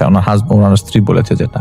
তো ওনার স্ত্রী, রাইসুল সাহেবের স্ত্রী, তখন সবাইকে ডাক দেয় যে তোমার বাবা জানি কেমন করছে, তোমরা আসো। তো সবাই মানে সেহরি করে তখন মানে ফজরের নামাজ পড়ে সবাই ঘুমাতে গেছে, মানে ঘুম আসে না এই সময়, সবাইকে ডাকা হয়। তো সবাই আসার পরে সবাইকে ইনভলভ করা হয় এবং সবাই দেখে যে ওনার অবস্থা খুব খারাপ। অ্যাম্বুলেন্সকে ডাক দিতে অ্যাম্বুলেন্স যতক্ষণ পর্যন্ত আসছে ততক্ষণ পর্যন্ত তিনি আর মুভ করছিলেন না। ওনার জিহ্বাটা সামান্য একটু 2 দাঁতের চিপায় চলে আসে এবং তারা বুঝে যায়, যেহেতু যে ভাই ছোট যে ছেলে রাইসুল ইসলামের, তিনি তো ডাক্তার, তিনি বুঝে যায় যে তার বাবার সময় তার বাবা নাই দুনিয়াতে। তো তারা সবাই খুব কান্নাকাটি করে এবং তিনি হাতের পাশ ধরে বলে যে না, উনি নাই। তারপরে ডেথ সার্টিফিকেট তারা বের করে ফেলে এবং ওই মুহূর্তে তারা ডিসিশন নেয় যে তারা কোথায়, যেহেতু ওসিয়ত আগে করে গেছে, রেকর্ড করা এবং এমন ভাবে রেকর্ড করা যাতে কোনোভাবেই দাফনের সময় কোনো ধরনের পারিবারিকভাবে ইনভলভ হতে গেলে যেন এইটাতে কোনো ধরনের এস্টাবলিশ করতে পারে। কারণ তিনি জীবিত থাকা অবস্থায় প্রচুর মানুষ তাকে অ্যাভয়েড করলেও মারা যাওয়ার পর্যায়ে অনেকেই সম্পত্তির জন্য তার কাছে আসবে এবং বিভিন্ন ধরনের অধিকার দেখাতে চাবে, সেটা তিনি আগেই বলে গেছেন। তাদের পরিবারে এরকম কিছু লোক আছে। তো যাই হোক, তিনি এরকম করেন যে রেকর্ড করে যান। রেকর্ডের মধ্যে বলা থাকে যে তিনি তার বাবার উপরে যেন তার কবর হয়। তার মানে তার যিনি আমাদের ঘটনা পাঠিয়েছেন তার বড় বাবার যে কবর, তার দাদার কবর, তার বাবার কবর ঠিক একই জায়গায় একই উপরে হবে। তো তারা লাশের সব ধরনের প্রসিডিউর শেষ করে, এবং আপনারা সবাই জানেন যে মোহাম্মদপুরে অবস্থিত যে একটা জায়গা যেখানে লাশ ধোয়ানোর সব ধরনের ব্যবস্থা আছে, তারা 2013 সালে লাশ ওই জায়গায় প্রসেস করানো হয় এবং পড়ানোর পরে তার পারিবারিকভাবে যে গোরস্থান ডিসিশন নেওয়া হয়, সেই গোরস্থানে দুপুর 2টার দিকে ওই যেদিন মারা যান হচ্ছে বাদ জোহর, সেদিন বাদ জোহর শেষ করে তারা রওনা দেন এবং তারা জানেন যে পথিমধ্যে তাদেরকে আসলে রাস্তায় ইফতার করতে হবে, কারণ তাদের বাড়ি ঢাকা থেকে বেশ দূরে এবং সেই সময়টায় আসলে রাস্তাঘাটের ব্যাপক পরিমাণ কাজ চলছিল বিধায় তারা চেষ্টা করেছিল যে যতটুকু পারে যত তাড়াতাড়ি পারে যেতে। তো ফ্রিজিং ফ্যান ছিল সাথে। তো যাই হোক, তারা পৌঁছে যায় তাদের গ্রামের বাড়িতে এবং গ্রামের বাড়িতে পৌঁছানোর পর দেখা যায় যে আগের থেকে কবর খোঁড়া, এবং কবর যিনি খুঁড়েছেন তার কাছ থেকে পরবর্তী সময় এরকম জানা যায় যে কবর খোঁড়ার সময় যখন কবর খুঁড়ছিলেন তখন তিনি একটা পর্যায়ে শ্বাস হারিয়ে নিচে অনেকটু গর্ত করে নিচে পড়ে যান। নিচে প্রচুর হাড়গোড় তোলেন এবং সেই হাড়গোড়গুলো তারা আলাদা করে টুকরির মধ্যে রেখেছিলেন এবং পারিবারিকভাবে সবার সম্মতি নিয়ে সেই হাড়গুলোকে পরে নতুন করে পাশের একটি নতুন করে কবর করে দাফন করা হয়। এই হাড়গোড়গুলো তার দাদার এবং বাবার ছিল এবং সেখানে বহু কিছু পাওয়া যায়, যেসব জিনিসগুলো তারা সেই টুকরির ভিতরে করেই দাফন করে ফেলে। কিন্তু কিছু জিনিসের কথা আমি পরবর্তী সময় বলবো। তো যাই হোক, তার বাবাকে যেখানে 3.5 হাতের কবর দেওয়ার কথা ছিল, যেহেতু আগেও 2টা কবর হয়েছে, সেই কারণে অনেক নিচে গর্ত করে মাটি ফেলে একটা সার্টেন পজিশনে, তখন এই কবরটা একদম নতুন, এবং ওই কবরের পাশ দিয়েই ওই সেই হাড়গোড়গুলা কিছু থুবড়া করে কিছু জিনিস একবারে স্তূপ করে সে জায়গায় কবর দেওয়া হয়। তো তার বাবার কবর দেওয়া কমপ্লিট হয়। কমপ্লিট করার পর তারা ওদিন রাতের বেলা সেহেরি ইফতার করে ইফতার রাস্তায় হয়েছিল। তারা আবার ঢাকায় এসে ফজরের নামাজ পড়বে এরকম প্ল্যান করে, কারণ ওখানে থাকার মতো পরিস্থিতি ছিল না। তো তারা রওনা দিয়ে ঢাকার দিকের উদ্দেশ্যে রওনা দিয়ে দেয়। দাফন করতে করতে রাত্রে 11:30 বাজে জানাজা পড়ে, এবং তারা ঢাকার উদ্দেশ্যে রওনা দিয়ে দেয় এবং চিন্তা করে যে হয়তো রাত্রে রাস্তার মধ্যেই সেহরি করতে হবে। রাস্তায় যখন তারা সেহরি করতে যাবে এবং এমন সময় রাস্তার মধ্যে তাদের আসলে ফ্রিজিং ভ্যানটা তারা ওই মুহূর্তেই ছেড়ে দেয়, কিন্তু তাদের আসার পথে 3টা মাইক্রোবাস ছিল, তাদের ফ্যামিলির 3টা মাইক্রোবাস এবং তাদের নিজেদের 2টো প্রাইভেট কার। মোটামুটি বেশ মানুষজন ঢাকা থেকে লাশ নিয়ে গ্রামের বাড়িতে গিয়েছিল। তো তারা যখন ব্যাক করার সময় রাস্তাতে তাদের যেই রাস্তা দিয়ে তারা ঢোকে সেই রাস্তাতেই রাস্তা খালি, কোনো একটা জায়গায় গাছ পড়ে আছে। আবার ব্যাক করে আবারও রাস্তা দিয়ে ঘুরে আসে এবং আরেক জায়গায় আসার পর দেখে যে সে জায়গাও গাছ ভাঙা। একই সাথে সবগুলো গাড়ি ছিল, একই সাথে সবগুলো গাড়ি আটকা পড়ে, আবারও গাছ ভাঙা এরকম করার পরে 3টা রাস্তা তারা অল্টারনেট করে ঢাকায় আসবার চেষ্টা করে, কিন্তু কোনোভাবেই তারা 3টা রাস্তা ধরে ঢাকায় আসতে পারছিল না, এবং তারা ঠিকই আবার ব্যাক করে সেহরি খায় যেই তাদের গ্রামের বাড়িতে, আসতে পারে না ঢাকাতে। তো সেহরি খেয়ে তারা ওই দিন রাতের বেলা ওখানে হোল্ড করে পরের দিন সকালবেলা তারা রওনা দেয় ঢাকায়। ঢাকায় চলে আসে। তো দাফনের 4 দিন পর তার অনুষ্ঠান হয়। আশেপাশের বেশ মানুষজনকে দাওয়াত করে খাওয়ানো হয় গ্রামের বাড়িতে। প্রায় আবার তারা ফেরত আসে। গ্রামের বাড়িতে ফেরত আসার পরে প্রায় 8-9টা গরু জবাই করে বিশাল বড় সড়ো আয়োজন করে গ্রামের সবাইকে খাইয়ে আবার তারা ব্যাক করে। ওইবারও যখন ব্যাক করে আসার পথে এরকম বড় বড় গাছের গুড়ি পড়ে 3 জায়গায় 3 রাস্তা, একইভাবে 3টা অল্টারনেট রাস্তা ছিল, এটা ছাড়া আসা যায় না। এরপরে অনেক দূর ঘুরে আসতে হবে, সেই জায়গাটাও আবার বেশি ঝামেলা, আরো 4-5 ঘন্টা এক্সট্রা লাগবে। তো যেই 3টা রাস্তা অল্টারনেট করে আসা যায় সেই 3টা রাস্তাতে যত করে তারা গেছে রাত্রে 12টার পরে, এরকম ঝামেলা, গাছের গুড়ি পড়া। তো তারা চেষ্টা করেছে সন্ধ্যার মধ্যে রওনা দিতে, কোনো না কোনো সার্কামস্টেন্স তাদেরকে আসলে দেরি করিয়েছে। কোনো না কোনো সার্কামস্টেন্স, হয়তো কোনো মহিলা মানুষ আটকে আছে, তারা কথা বলছে আসতে পারছে না, বা কোনো একটা ঝামেলা তাদের পারিবারিক ভাবে ছিল। তো তার পরের দিন আবারও সেই সেহরি করে, সম্ভবত এটা সেবার তখন সম্ভবত হয়তোবা 10ই রমজান অথবা 11ই রমজান পরে বলেছে যে প্রথম 10টা রমজান ক্রস করার পরে এই ঝামেলাগুলো হয়। পরে তারা ব্যাক করে। ঈদের 15 থেকে 20 দিন পর হঠাৎ করে রাতের বেলা তার ছোট ছেলের তখন পরীক্ষা চলছে, তিনি তখন ডাক্তারে শেষ করে, তিনি বেশি পরীক্ষা চলছে বলতে হচ্ছে অ্যাডমিশন টেস্ট, হায়ার এডুকেশনের জন্য, ডাক্তারি হায়ার এডুকেশনের জন্য তিনি পড়াশোনা করছিল। BCS এর পরীক্ষাও ছিল। সব মিলে তিনি বেশ পড়াশোনার মধ্যে ছিলেন। তো ছোট ছেলেটা হঠাৎ করে রাত্রেবেলা পড়তে ছাদের উপর থেকে, এবং যেই কর্নারটাতে বড়ই গাছটা ছিল এবং বড়ই গাছটা আর পেয়ারা গাছটা ছিল বড় ড্রামে, সেই কর্নার ঠিক বরাবর রুমটাতে থাকতে হচ্ছে তার ছোট ছেলে। তখনও পর্যন্ত বিয়ে করে নাই। তো ছোট ছেলেটা, যিনি আমাদের ঘটনা পাঠিয়েছেন সিফাতের মাধ্যমে, সেই ছোট ভাই বেশ জোরে সোরে হু হু হু হু করে গোঙানির শব্দ পাচ্ছে তার বরাবর রুমের উপর থেকে। রাত তখন 1টার বেশি। তো টেকনোলজিক্যালি তো আমরা বেশ অ্যাডভান্স 2013-14 দিকে। তো তিনি কি করলেন, আচ্ছা ছাদের উপরে কে কান্না করবে, আর তাদের বাসাটা 5 তলা, তো তাদের ছাদে সাধারণ ভাড়াটিয়ারা উঠতে পারতো না, কারণ খুব পারমিশন ছাড়া সাধারণ ভাড়াটিদের ওঠার নিয়ম ছিল না, কারণ তাদের যে মেইন 5 তলার গেটটা ছিল সেটাতে তালা দেওয়া থাকতো, কেউ চাইলে উপরে উঠতে পারতো না। তাদের কাছ থেকে তারা চাবি নিয়ে পারমিশন নিয়ে ছাদে উঠতে হতো যদি কেউ উঠতে চেত। আর রাত 10টার পরে সেই গেট তো পার্মানেন্টলি বন্ধ।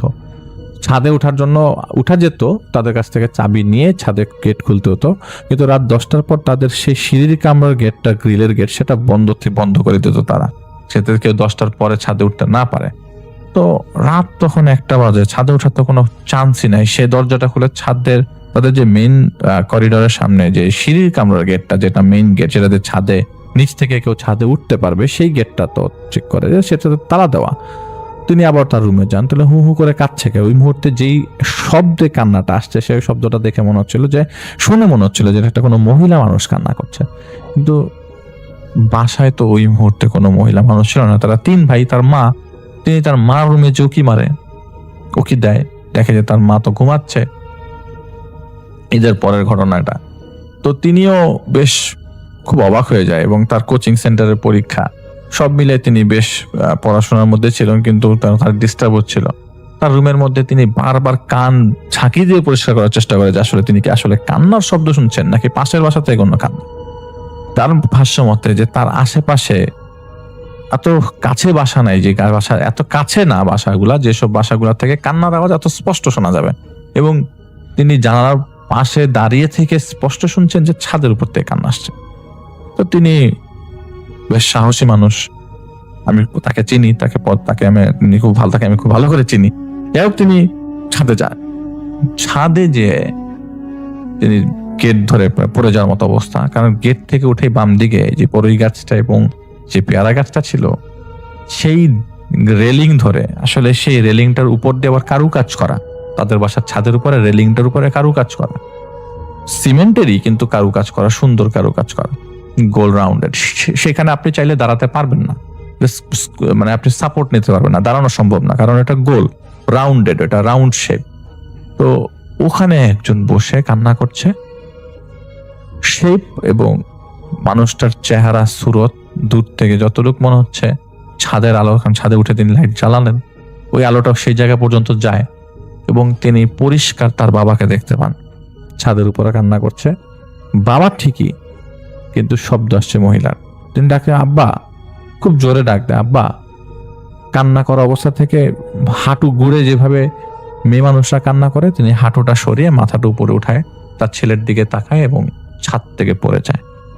তিনি খুব অবাক হয়ে যায় এবং দৌড়ে ঝাপটে যাবে, ধরতে যাবে, তো তিনি পেছন থেকে তার বড় ভাই ধরে। কি রে, তুই এখানে কি করিস ভাই? আর তিনি আঙ্গুল দিয়ে দূরে হাত দেখিয়ে দিচ্ছে যে ভাই, এটা কি দেখলাম আমি। কি বল, কি বলিস না কেন? তো তিনি যে ভাই বলছে সেটা নাকি তিনি বলতে পারে নাই। তিনি মনে হয়েছে তার ভেতর থেকে যে তিনি ভাই বলেছেন, কিন্তু তার ভাই আসলে তোমার ভাই মুখ থেকে কিছুই সব শুনছে না। তার বোবার মতো অবস্থা। তাহলে কি বল, কথা বল, কি হয়েছে, কথা বল, কাহিনী কি? তো পরে তাকে বাসায় নিয়ে এসে মাথার মধ্যে পানি দেওয়া হয়। পানি দেওয়ার পরে তাকে বলে কি হয়েছে?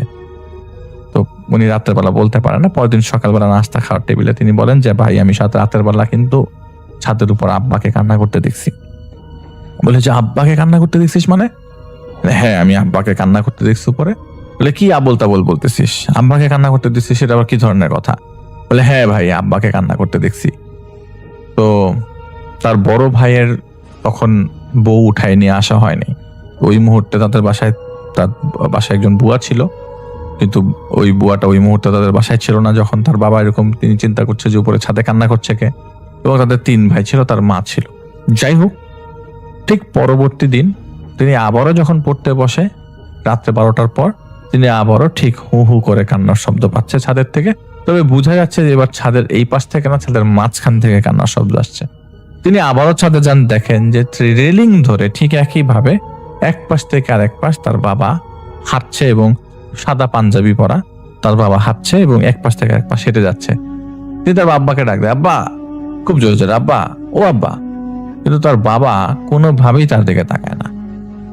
আবারও ঠিক একইভাবে একটা সার্টেন টাইমে 5-10 মিনিট দেখার পর তিনি হাওয়া হয়ে যান। হাওয়াটা এমন হয়, ঝাঁপ দিয়ে ছাদের থেকে পড়ে যান নিচে, কিন্তু কোনো ধরনের শব্দ নাই, কিছু নাই। তিনি খুব অবাক হয়ে যায় এবং তার বাসার সবাইকে বলে যে আমি আব্বাকে দেখেছি আবারও।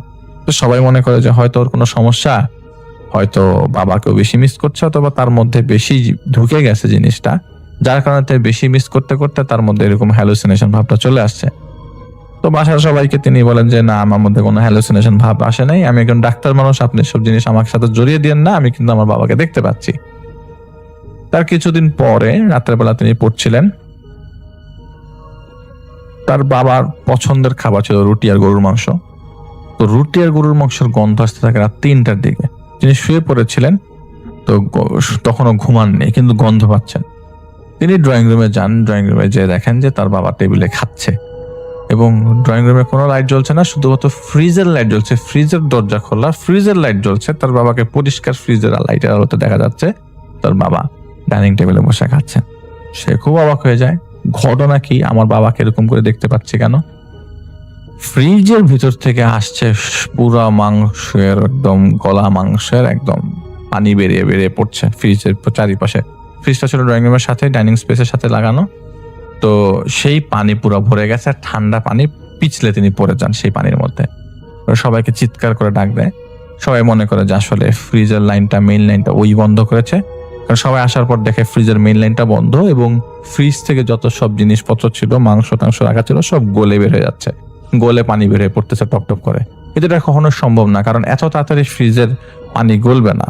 রাত্রেবেলা ঠিক এই জায়গাতেই বসে সবাই ভাত খেয়েছে, তো এত তাড়াতাড়ি ফ্রিজের পানি গলা সম্ভব না, ফ্রিজের জিনিসপত্র গলা সম্ভব না। মাত্র রাত্রে যদি 10টার দিকে সবাই খেয়ে থাকে আর রাত্রে 3টার মধ্যে 5 ঘন্টা, এটা কখনো সম্ভব না। তো তিনি বলে যে না, আমি সত্যি সত্যি আমার আব্বাকে দেখতে পাচ্ছি, আসলে আমি জিনিসটা ভালোভাবে দেখছি না, তোমরা এখন ইফেক্টিভ ডিসিশনে যাও। এর মাঝে তার মেজো ভাই একজন হুজুরকে নিয়ে আসে। সেই হুজুর কিছু বলতে পারে না, হুজুর বলে যে বাসার মধ্যে খারাপ নজর আছে, আপনারা আমাকে না আরেকজন ভালো মানুষকে দেখান, তবে আপনাদের এই নজর কাটানোর জন্য আমি কিছু জিনিস দিয়ে যাচ্ছি। কিন্তু কোনোভাবে সম্ভব হচ্ছে না। পরে নাকি কোন জায়গা থেকে এক জনৈক হুজুরকে নিয়ে আসা, অনেক দূর থেকে নিয়ে আসা হয়। সেই হুজুরের বয়স নাকি প্রায় 90-এর উপরে। সেই হুজুরকে সাথে আরো 2-3 জন আসে। তারা আসার পর বলে যে আপনার বাবা কিভাবে মারা গেছে একটু বলেন তো। বলে যে আমার বাবা তো ক্যান্সারের রোগী ছিল। বলে সবকিছু ঠিক আছে, কিন্তু আপনার বাসার মধ্যে আমি বেশ কিছু জিনিসের মুভমেন্ট দেখতে পাচ্ছি যেটা আমার কাছে নর্মাল মনে হচ্ছে না। আমি জানি তারা আপনাকে ক্ষতি করছে না, কিন্তু যে মুভমেন্টটা আমরা দেখতে পাচ্ছি সেটা ভালো না। আপনারা সবাই একটু সাবধানে থাকবেন, আমাকে একটু দেখতে দেন আসলে কি হচ্ছে। আমি এখনই আপনাদের বাসায় চাইলেই সেই জিনিসগুলো দেখতে পারবো না, আমাকে দেখার জন্য কিছুদিন সময় দিতে হবে। তো এরই মাঝে আরো কিছু জিনিসপত্র তারা দেখতে পারে। তার বাবাকে বেশ কিছু বেশ কয়েকবার স্বপ্নে দেখে যে তার বাবার কবরের পাশে, যে তার বাবার যে কবর, সেই কবরের পাশে তার বাবার বুকের উপরে শরীর ভেদ করে একটা গাছ ঢুকিয়ে দেওয়া আছে। সেই গাছের ভিতরে প্রচুর সাপ। এটা তো তিনি স্বপ্নে দেখেন, ছোট ছেলে। তার বাবার লাশের ভিতরে এরকম লাশের ভিতরে কবরের পাশে লাশ পড়ে আছে এবং লাশের মাঝখান দিয়ে একটা গাছ গেঁথে দেওয়া। সেই গাছ এমন ভাবে গাঁথা, সেই গাছগুলোর থেকে অনেকগুলা সাপ জড়িয়ে আছে, সেই লাশ সহ পেঁচিয়ে ধরে রেখেছে এবং লাশের মুখটা পুরো ফুলে যতটুকু না সাইজ তার ট্রিপল হয়ে গেছে লাশের মুখের সাইজ, এবং চোখগুলা গলে এখান থেকে পোকা বের হচ্ছে। এরকম স্বপ্ন তিনি দেখেন। সেই স্বপ্নের কথাটা 7 দিন পর সেই হুজুরকে বলেন। সেই হুজুর বলেন যে আসলে আপনাদের কোনো দোষ নাই, এই ঝামেলাটা হয়েছে এক বিপত্তি। আপনাদের যে গ্রামের বাড়ি, সেই গ্রামের বাড়িতে হয়তো কোনোভাবেই আপনার দাদা মারা যাওয়ার পর সেই দাদার কবরের কাফন নিয়ে কেউ একজন তাবিজ করেছিল অন্য কাউকে তাবিজ করার জন্য। সেটা আপনার দাদার কবরের কাফনটা ইউজ করে, সেই কাফনের সহিত আপনার বাবা এবং আপনার দাদা থেকে আপনার বাবা, মানে আপনার বড় বাবার কাফনের মধ্যে, সে বহু আগের কথা, কেউ একজন কাফনটা নিয়ে সেই কবর থেকে কাফনটা সরিয়ে, কাফন কেটে টুকরো করে কোন একটা ব্ল্যাক ম্যাজিক করে, যেটার ইফেক্ট আপনার বাবা দেখেছে। আপনার বাবা কি প্রায় সময় পাগলামি করতো, রাতের বেলা ছাদে উঠে চুপচাপ বসে থাকতো, একা একা চা খাইতো এবং কথা বলতো একা একা। তো সবাই বলে যে হ্যাঁ, আমার বাবা তো এরকম করতো, রাতের বেলা এরকম ছাদের মধ্যে বসে থাকতো, চুপচাপ একা একা হাসতো, একা একা চা খেত, এবং এটা শেষ বেলায় এসে প্রথম এরকম ছিল না। আমরা সবাই বলেছি যেহেতু বয়স হচ্ছে তিনি, আর যেহেতু উনি ক্যান্সারের রোগী ছিলেন, হয়তো এরকম কোনো কারণে হতে পারে। বলে না, এরকম কোনো কারণে না, ওনাকে আসলে উনি ইফেক্টটা পরে পেয়েছেন, ইফেক্টটা কোনো সময় অ্যাক্টিভেট হয়েছে, কোনো সময় অ্যাক্টিভেট হয়নি। আসলে সেই কাফনের কাপড় ইউজ করে অন্য আরেকজনকে, যেটা আমরা জানি না, এটা আপনাদেরও রিলেটেড কেউ না, অন্য আরেকজনকে তাবিজ করা হয়েছিল আপনার বড় বাবার কাফনের কাপড় দিয়ে। সেটার থ্রুতে আপনার বাবা পর্যন্ত আসছে। এখন আপনার বাবাকে সেই একই কবরে দাফন করার পরে ওই জায়গা থেকে সেই আপনারা কি কবরের কবরের উপরে তো কবর দিয়েছেন, তাই তো? এখন ঘটনা হচ্ছে কবরের উপর কবর দেওয়ার পর কি পেয়েছেন? তো বলে যে কবরের উপর কবর দেওয়ার পরে তো আমরা একটা থ্রেশহোল্ড পাই, এবং যিনি কবর খুঁড়েছেন তিনি অনেক নিচে নেমে যায়, কবরে বড় গর্ত পায়, তো অনেক হাড় গোড় ছিল, সেগুলোকে আমরা পাশে কবর দিয়ে দিয়েছি, আর আমার মাটি ঢেলে আবার আমার বাবাকে নতুন করে কবর দেওয়া হয় সেই জায়গাতে। বলে এক কাজ করেন, সবই বুঝতে পারলাম, কিন্তু সেই জায়গাতে যেই জায়গাটার থেকে আসলে কাফনের কাপড় নেওয়া হয়েছিল এবং সেটা আরেক ওই কবরেরই কোন একটা অংশে পুঁতে দেওয়া হচ্ছে, সেই জিনিসটা সরানো হয়নি। সেটা সরানোর পরেও অনেক রিচুয়ালের মাধ্যমে সেটা পুরাতে হবে। তবে সেটা এখন যে অবস্থায় আছে সে অবস্থাতে এখন সেটা সেই জায়গায় যে না সরালে আপনারা কিন্তু রেগুলার খুব খারাপ জিনিসগুলো আপনারা আস্তে আস্তে দেখতে থাকবেন। এটা কিন্তু মানসিকভাবে আপনাদেরকে ডাউন করে দিতে পারে। তো আপনারা খুবই তাড়াতাড়ি এটার একটা ডিসিশনে নেন। আমি যে আমার সাথে যিনি আছেন তিনি বলেছেন যে এটা শিগগিরই না সরালে এই বাড়ির লোকজনরা বেশ বড় ধরনের সমস্যায় পড়তে পারে, এবং এটা কিন্তু খারাপ, এবং বারবার তারা আপনাদের বাবার চেহারা রূপ নিয়ে আপনাদের কাছে আসছে, নতুন নতুন জিন পাঠাচ্ছে আপনাদের বাড়িতে, যারা বিভিন্ন সময় আপনাদের বাসার ভিতরে ঘোরাফেরা করছে, আপনি দেখছেন, হয়তো এখন অন্য কেউ দেখছে না। এরই মাঝেই ভাড়াটিয়াদের মধ্যে থেকে নাকি বেশ কমপ্লেন আসে যে তাদের বাসার থেকে অনেক কিছুই গায়েব, অনেক কিছুই মিসিং। যেমন কিছু কিছু বইয়ের পাতা ছিল না, কিছু কিছু আরবি হাদিসের বইয়ের নাকি পাতা নাই। এরপরে বাথরুমের মধ্যে পানি টপ টপ পানির শব্দ, কেউ গোসল করছে পানির শব্দ, বাথরুমের মধ্যে ধস্তাধস্তির শব্দ, নিচতলাতে এরকম জিনিস কথা মানে ভাড়াটিয়ার এরকম কমপ্লেন করে। তো তারা জিনিসগুলো পরবর্তী সময় ম্যাচ করে, বলে যে আমরা আসলে সলিউশনে যেতে চাই। তো ওই হুজুর কিছু টাকার বিনিময়ে তাদেরকে সলিউশনটা দেন, এবং সলিউশনটা নেওয়ার পরে ওই জায়গাতে তাদেরই পাঠানো হয়, এবং আবারও নতুন করে মাটি খোঁড়া হয়। মাটি খোঁড়ার পরে ওই যে যতটুকু পোর্শনটায় মাটি খোঁড়ে ওই জায়গাতে তারা অনেক পুরাতন একটা কাগজের ভিতরে কি একটা প্লাস্টিকের ভেতরে একটা কাপড় পায়। সেই কাপড়টা সাদা কাপড়, তো ওই সময় সাদা নাই, এটা কালার চেঞ্জ হয়ে গেছে। তো পরে এটা পেয়েছি, এবং এটাতেই হচ্ছে সেই টুকরা কাপড়টা রাখা হয়। সেই টুকরা কাপড়টা আসলে পানের যে কৌটা, সেটার মধ্যে টুকরা কাপড়টা রাখা হয়, এবং সেটা পরবর্তী সময় সেই হুজুরের কাছে হস্তান্তর করলে সেই হুজুর এটাকে পুড়িয়ে ফেলা হয়। তারপরও কিছুদিন যাবৎ তার বাবার শব্দ নিয়ে আসছিল, এবং পরবর্তী সময় তারাও আস্তে আস্তে সরে যায়, এবং প্রায় 6 মাস লাগে তাদেরকে সরতে। এবং হুজুরের ওখানে আর কোনো ধরনের ফাংশন ছিল না, কারণ হুজুর পুড়িয়ে দিয়েছিল।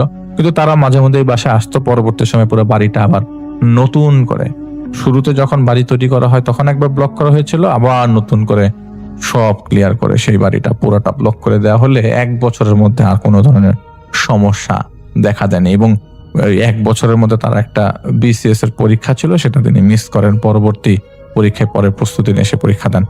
এতটুক পর্যন্ত তার সাথে তার ঘটনা ঘটে, এবং এটা ঢাকা শহরেই খুব বেশি দিন আগের ঘটনা না, আজকে থেকে প্রায় 7-8 বছর আগের ঘটনা, 7 বছর 8 বছর আগের ঘটনা ম্যাক্সিমাম।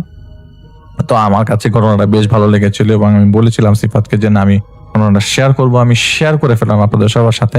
সিফাতকে এবং সেই ভাইকে অনেক অনেক ধন্যবাদ।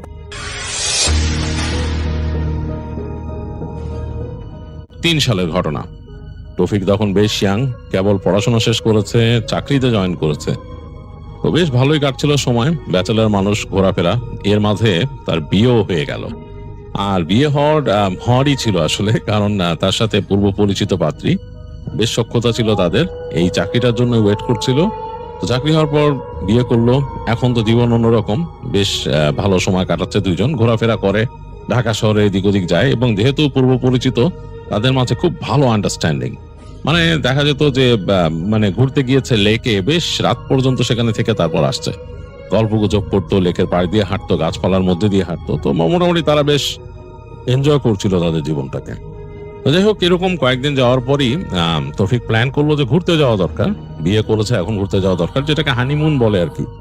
তো এইটার প্ল্যানিং করা শুরু করলো দুইজনে। তো মোটামুটি বাংলাদেশের মধ্যে এদিক ওদিক কোথায় যাওয়া যায় চিন্তা করছে। তো দুইজনে চিন্তা ভাবনায় দেখলো যে কক্সবাজারই সবচেয়ে ভালো ডেস্টিনেশন হতে পারে, মানে ওখানে গেলেই সবচেয়ে ভালো হয়।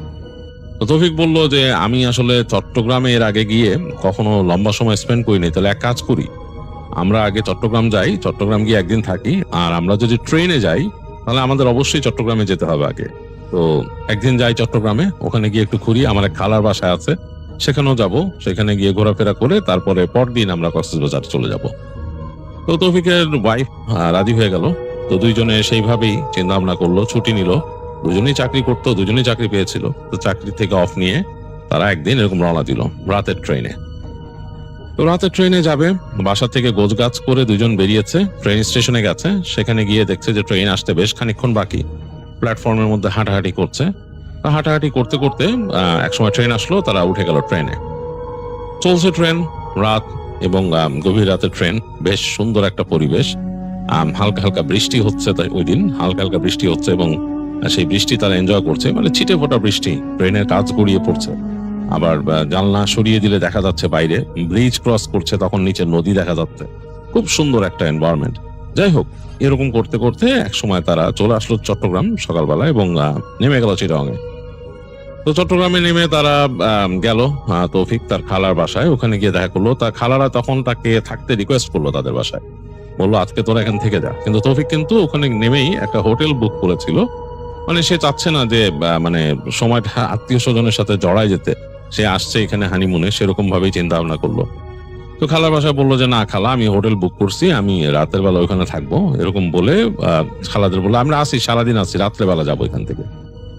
তো মোটামুটি খালার বাসায় তারা কাটালো, বেশ রাত পর্যন্ত কাটালো, প্রায় 9:30 পর্যন্ত ওখানে ছিল। তো তারপর বিদায় নেবার পালাম, তৌফিক সবার কাছ থেকে বিদায় নিয়ে বেরোচ্ছে। তো তার কাজিন তাকে বললো যে তোমাকে এগিয়ে দিই সামনে। বলে না রে না, আমার এগোনো লাগবে না, আমি এমনি চলে যাবো, কি হয়েছে, কোনো সমস্যা কি? বলে না, তুমি তো এখানে থাকো নাই আগে, রাস্তাঘাট কেমন না, নীরব নিথর। বলে আরে ধুর, এখান থেকে বের হয়ে যায় দেখি কোথাও সামনে একটা সিএনজি টিএনজি পেলে নিয়ে নিবো, অথবা রিক্সা পেলে এখান থেকে নিয়ে সামনে চলে যাবো, এখান থেকে তো দেখছি টেম্পো চলে। তো বলে যে পারবা তুমি? বলে যে হ্যাঁ পারবো। বলে তৌফিক বের হয়ে আসে তার স্ত্রীকে নিয়ে, মানে তাদের ওই বাড়িটা ছিল 3 তলা, 3 তলা থেকে নেমে আসে, একেবারে নীরব রাস্তাঘাট। যেখানে বের হইছে তার খালার বাসাটা, যেখানে ওই কমিউনিটিটার মধ্যেই বেশ নীরব, একটার পর একটা বাড়িগুলো খুব নীরব, সামনে একটা মাঠ আছে, গাছপালা আছে কিছু। ওখান থেকে হেঁটে আসতেছে তৌফিক এবং দেখতেছে যে আকাশটা কেমন গুড়গুড় করতেছে। মানে আগের দিন যখন তারা ঢাকা থেকে আসছে তখনও কিন্তু মেঘলা আকাশ ছিল, আজকেও মেঘলা আকাশ। তো তৌফিকের ওয়াইফ হাঁটতেছে আর বলতেছে যে একেবারে নতুন জায়গায় তুমি এরকম রাত্রে বের হয়ে গেলা, তোমার কাজিন বলছিল এগিয়ে দিতে, খারাপ কি, সমস্যা কি? বলে আরে সমস্যা কিছু না, তোমার নিয়ে হাঁটবো, এটাই তো মজা, একা একা নতুন জায়গা, এটাই তো আমরা এনজয় করব, এখানে আরেকজনের কি দরকার? তো তৌফিক আবার বলতেছে তার ওয়াইফকে যে তুমি যে শ্যাম্পু দিছো, শ্যাম্পুর ঘ্রাণটা খুব কড়া, ছড়াচ্ছে চারপাশে, নির্জন জায়গায় হাঁটার এই একটাই ভয় যে তোমার ঘ্রাণ ছড়া যাচ্ছে চারিদিকে, রাতের বেলা ভূত প্রেত ধরে বলছে, হাব্বা আম্মা বলতো। তো তার ওয়াইফ বলে আরে ধুর, এগুলো বাদ দাও, কি বলো তুমি? বলে যে হ্যাঁ, একেবারে ঘ্রাণ কিন্তু ছড়া যাচ্ছে চারিদিকে, মানে তার দুষ্টুমি করতেছে, খুনসুটি করতেছে। এগুলো বলতে বলতে হাঁটতেছে দুইজন। তো সেই তাদের বাসার সারিগুলো পার হয়ে আসলো, এখন একটা রাস্তা, লম্বা রাস্তা, এই রাস্তাটা সোজা চলে গেছে একদম সামনে গিয়ে মেন রোডে উঠছে। এবং সেই মেন রোডও কিন্তু একটু মানে খালি খালি, কারণ এই যে তৌফিকের খালার বাসাটা একটু দূরে শহর থেকে, মূল শহর থেকে। যাই হোক, এই সামনের রাস্তাটার মাঝে কোনো কিছু নাই, রিক্সা টিক্সা কিচ্ছু নাই। দেখতেছে ওই পাশে দোকান ছিল, বন্ধ করে দিচ্ছে, মানে লাস্ট ঝাপের একটুখানি নামাই দিছে, মানে একটুখানি মানে খুলে রাখছে, এখন নামাই দিবে এই পাশে। তো তৌফিক বুঝলো যে ওই দোকান বন্ধ থাকলে পুরো জায়গাটা নির্জন হয়ে যাবে, এখানে আর কোনো কেউ নাই। যাই হোক, কি করা আছে, এই রাস্তা ধরে হাঁটতে হবে, গাড়ি ঘোড়া কিচ্ছু নাই।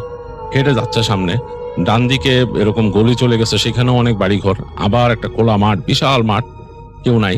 বাতাস বেশ ছুটতেছে, বেশ দামাল বাতাস চারিপাশে, বৈশাখের আগের দিকে, মানে এখনকার মতো সিজন, বাতাস এদিক ওদিক মানে দামাল দাপটায় বেড়াচ্ছে আর কি, এদিক দিয়ে যে গাছপালা, ওখানে ছোটখাটো পাতাগুলাকে একদম বসাই দিতেছে, বেশ বাতাস। তো তৌফিক তার ওয়াইফকে বললো যে তোমার চুল খোলা, চুলটা তুমি বেঁধে নাও, তোমার সত্যি কিন্তু শ্যাম্পুর গন্ধ খুব ছড়াচ্ছে। খুব স্ট্রং ফ্রেগনেন্স ফলা একটা শ্যাম্পু ইউজ করছিল তৌফিকের ওয়াইফ, এবং সেই ঘ্রাণটা ছড়াচ্ছিল আসলে। তো তৌফিক মানে এই নিয়ে 2-3 বার বললো। তো তার ওয়াইফ কি করলো, বলে দাঁড়াও একটু, দাঁড়াতে বলে সে তাড়াতাড়ি তার চুলটাকে পেঁচায় বেঁধে একটা 5 ক্লিপ দিয়ে আটকায় দিল এবং আঁচলটা টেনে নিল, নিয়ে বললো এবার চলো।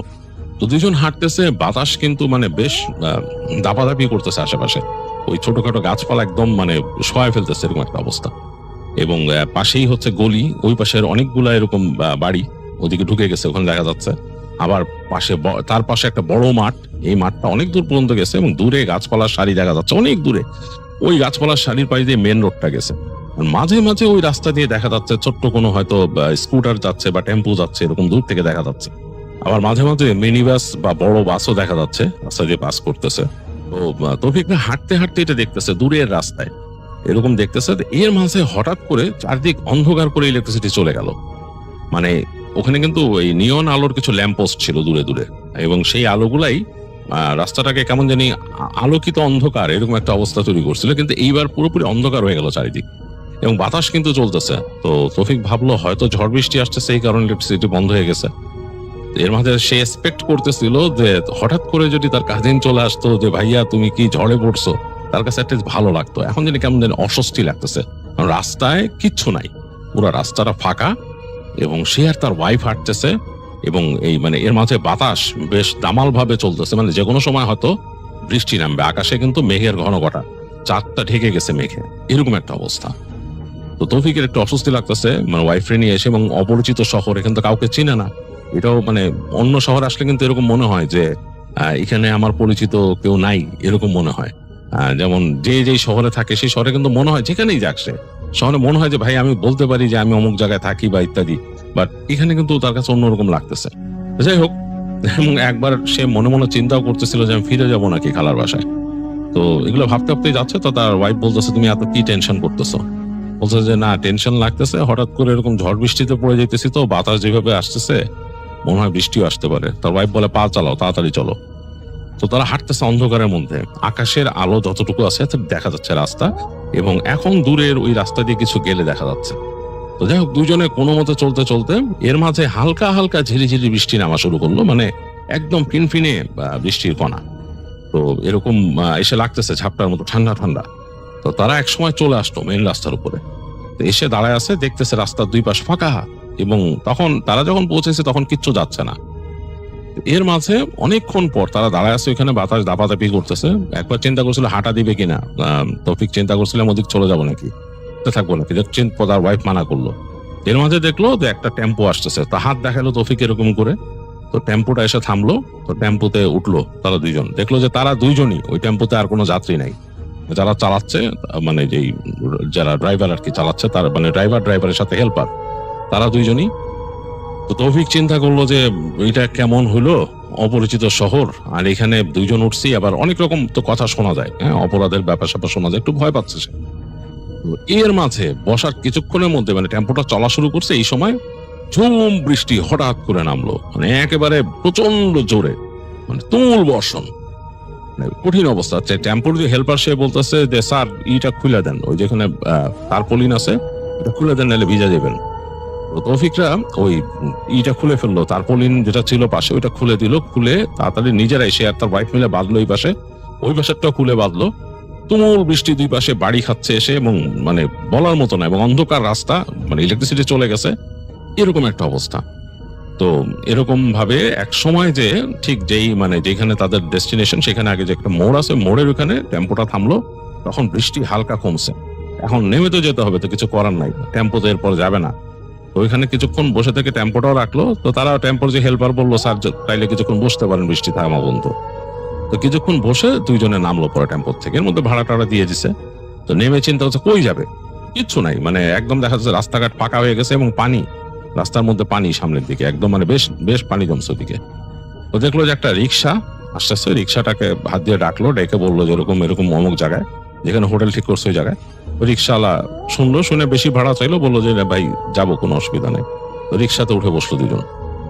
উঠে বসে রিক্সা যাচ্ছে তাদেরকে নিয়ে, দেখতেছে পানি হয়ে গেছে তাদের রিক্সার যে মানে পা দানি সেই পর্যন্ত প্রায় পানি এখান দিয়ে। চলতে চলতে চলতে চলতে এক রাস্তায় নিয়ে আসলো, সেই রাস্তা দিয়ে যাচ্ছে। তো রাস্তার দুই পাশে দেখতেছে বৃষ্টিতে একদম ভিজে অন্যরকম অবস্থা, এবং আশেপাশে যে বাড়িঘর গুলা সেগুলো একদম নীরব হয়ে গেছে এই বৃষ্টিতে, এরকম কেমন একটা অবস্থা, ইলেকট্রিসিটি নাই এখানেও, এবং রিক্সাটা চলতেছে। তো তৌফিকের স্ত্রী তাকে ধরে বসছে, সেও একটু ভয় পাইতেছে, সে বেশ সাহসী মেয়ে কিন্তু ভয় পাচ্ছে। তৌফিক বলে কি ব্যাপার, তুমি ভয় পাইতেছো? বলে না, কেমন জানি লাগতেছে এরকম। তো যাই হোক, চলতে চলতে তারা আসলো যেখানে তাদের যে হোটেল, সেই হোটেলের সামনে আসলো। রিক্সা থেকে নামলো, রিক্সাওয়ালাকে যথারীতি ভাড়া দিল, এক্সট্রা ভাড়া দিয়ে রিক্সা বিদায় দিল। হোটেলের ভিতরে জেনারেটর চলতেছে, শব্দ পাচ্ছে, কিন্তু কেন জানি তাদের ওখানে দাঁড়ায় থাকতে বেশ ভালো লাগতেছে গেটের সামনে। এমনকি ওই যে দারোয়ানের কাছেও তারা যায় নাই, ওখানে দাঁড়ায় বলতেছে চলো আমরা একটু সামনে হাঁটি। ওই জায়গাটা আবার পানি নেই, ওই জায়গাটা একটু শুকনা। তো যাই হোক, দুজনে মিলে হাঁটতে হাঁটতে, মানে বৃষ্টি থেমে গেছে তো কেমন যেন লাগতেছে, তো হাঁটতে হাঁটতে সামনে গেল তৌফিক আর তার ওয়াইফ।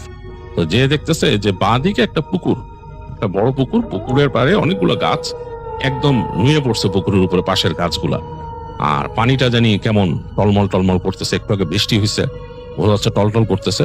এবং মেঘটা একটু সরে গিয়ে হালকা চাঁদের আলো পড়ছে এখানে। তো তার ওয়াইফ বলতেছে যে খুব সুন্দর লাগতেছে না পানি? বলে যে হ্যাঁ। তো তৌফিক আস্তে করে নিচু হয়ে দেখতেছে সামনে কতগুলো ইট রাখা এরকম। তো সে বললো তোমার একটা জিনিস দেখাই, দেখো তুমি এটা পারো? বলে সে ওই ইটের ওইখান থেকে একটা চ্যাপ্টা টাইপের ইট নিছে, অনেকটা চারার মতো আর কি। তো সে ভিজা ভিজা। তো তার ওয়াইফরা বলতেছে দেখো আমি চারা খেলি, বলে সে এরকম করে কাট করে পানিতে মারলো পুকুরের এখানে।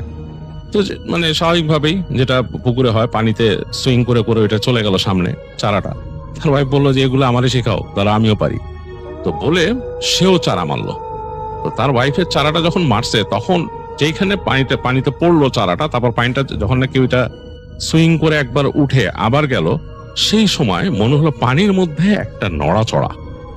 মনে হলো মানে বেশ মানে ভারী কেউ যদি সাঁতার কাটে, মানে ভেসে উঠে আবার ডুব দেয় যেরকম, সেরকম। বাট একটা মানুষের মতো সাইজ যদি করে সেরকম একটা নাড়াচড়া এখানে, ভুস করে উঠে ভুস করে এরকম করে গেল।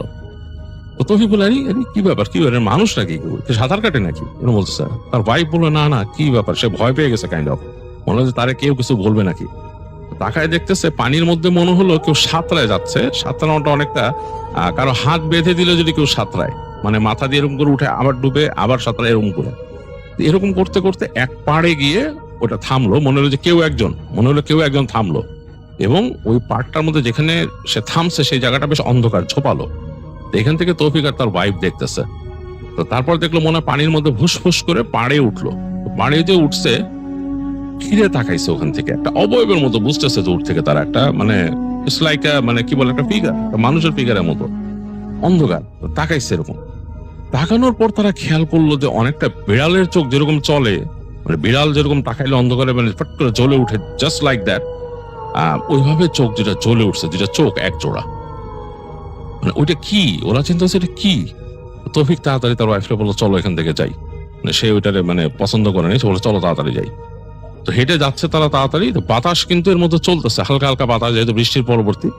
তো তারা যখন পুকুরের এলাকাটা পার করে যাচ্ছে, মানে ওই পারে যেখানে পাড়টার মধ্যে উঠছে ওই জিনিসটা বা মানে সেই ফিগারটা, সেই জায়গাটা তারা ক্রস করে যাবে। ওই পাড়টা চিকন পাড়, ওইখান থেকে হেঁটে গেলেই কিন্তু ওই জায়গায়, ওই যে গাছপালা যেখানে ওই জিনিসটা উঠছে, ঠিক ওই জায়গাটা তাড়াতাড়ি পার হয়ে যাবে। তো পার হওয়ার সময় হঠাৎ করে বাতাস হলো, তার ওয়াইফ বলে উফ করে উঠলো। বলে মনে হলো যে আমার মানে গরম বাতাস লাগছে আমার গায়ে, মানে প্রচন্ড গরম, এবং মনে হচ্ছে আমার চুলগুলো ছিঁড়ে দিয়ে গেছে কিছু, এখনো জ্বলতেছে এই জায়গায় মাথার এখানে।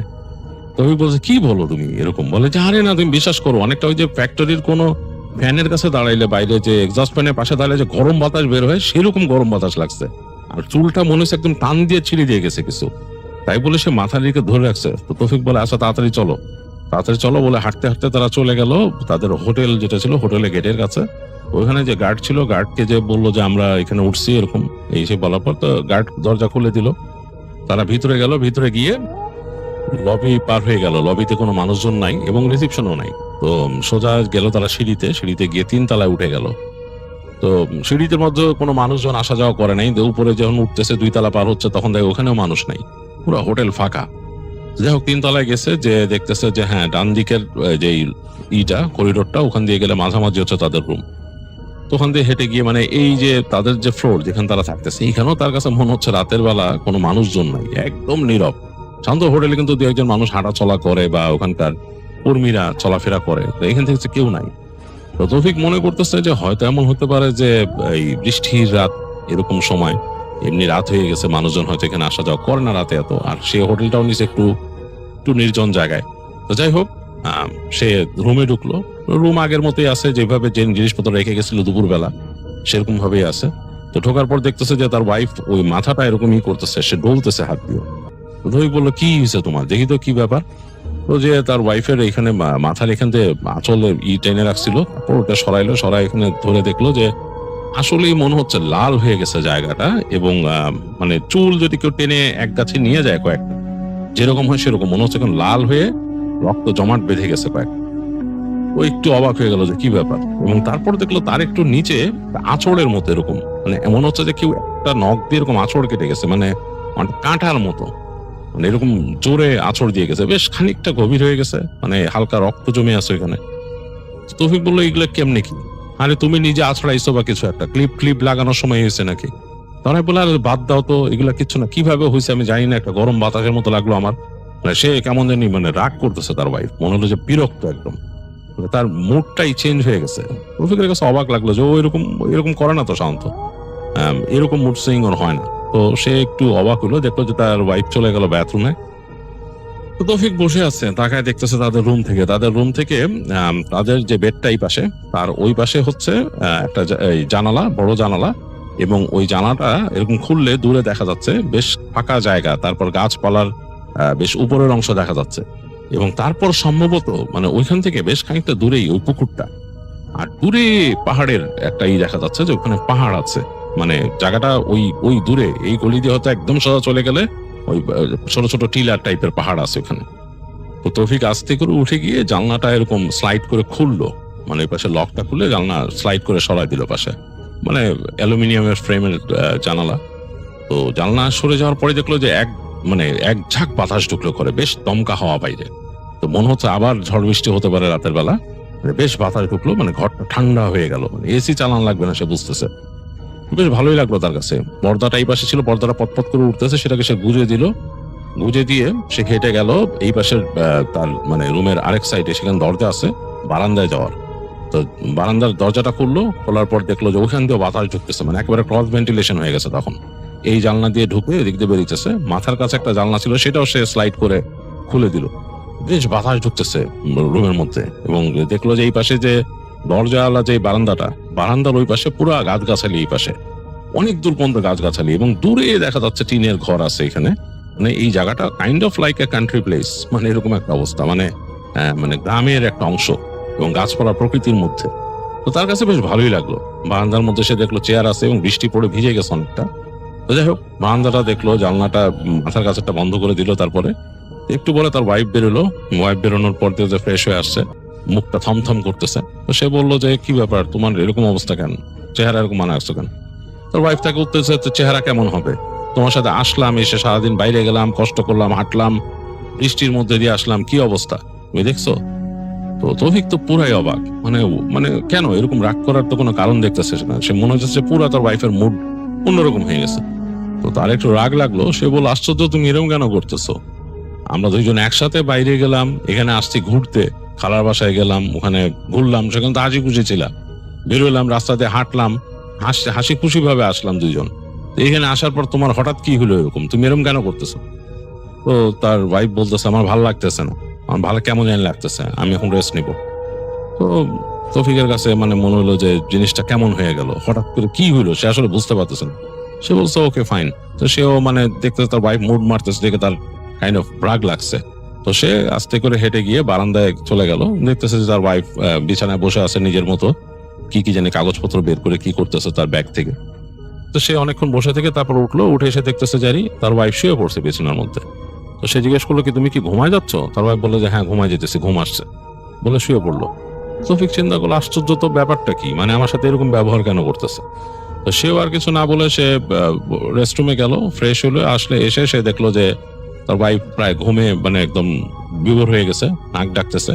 তো সে আস্তে করে যে মনে করলো যে হয়তো ক্লান্ত, সারাদিন বাইরে গেছে, হয়তো বলে নাই তাকে ক্লান্তি লাগতেছে, হাঁটছে, এগুলো চিন্তা করে সেই পাশে জানলাটা বন্ধ করে দিল। ওই যে এই সাইডে যেখান থেকে টিলা দেখা যাচ্ছে ওই পাশে জানলাটা বন্ধ করে দিল। মাথার কাছে জানলাটা সে বন্ধ করলো, কিন্তু পর্দাটা একটু খোলা রাখলো, ভাল লাগতেছে তার কাছে, দরজাটা লাগানো বারান্দার। তো শুয়ে পড়লো বিছানায় শুয়ে অনেক কিছু চিন্তা করতেছে যে কালকে কিভাবে যাব, আর আজকে রাতটা আসলে ভালো গেল না, শেষ পর্যন্ত ঘুরলাম, সারাক্ষণ ভালো ছিল, আমরা হাঁটাহাঁটিও করলাম, কেন এরকম হলো? তো একবার সে ভাবলো যে গরম বাতাস, এটা কি? ওর ওয়াইফ কিন্তু বলছিল যে গরম একটা বাতাস লাগছে, এই বাতাসটা আসলে কি খারাপ কিছু?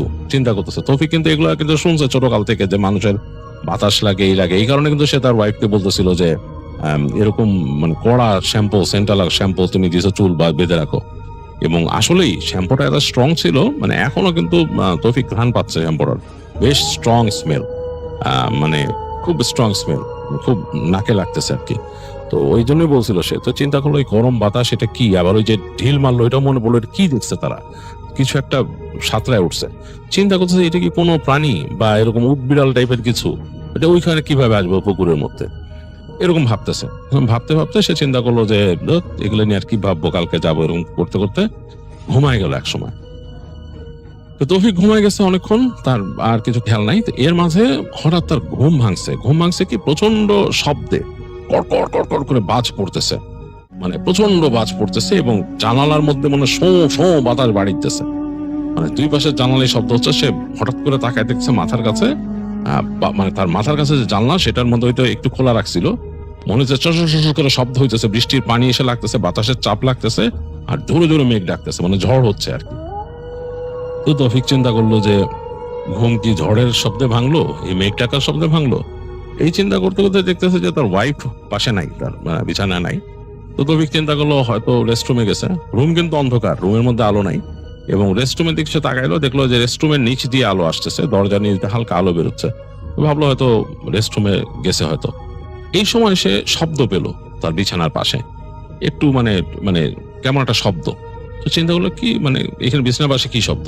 তো এইভাবে করে তাকায় দেখতেছে যে চুল দেখা যাচ্ছে, তার ওয়াইফের চুল এরকম ওখান দিয়ে, মানে বিছানার ঠিক লেভেলে, মানে বিছানার লেভেলে চুলগুলা, মাথাটা মনে হচ্ছে বিছানার থেকে সে নেমে খাটের নিচে কিছু খুঁজতেছে, হাঁটু গেড়ে বসে এরকম আর কি।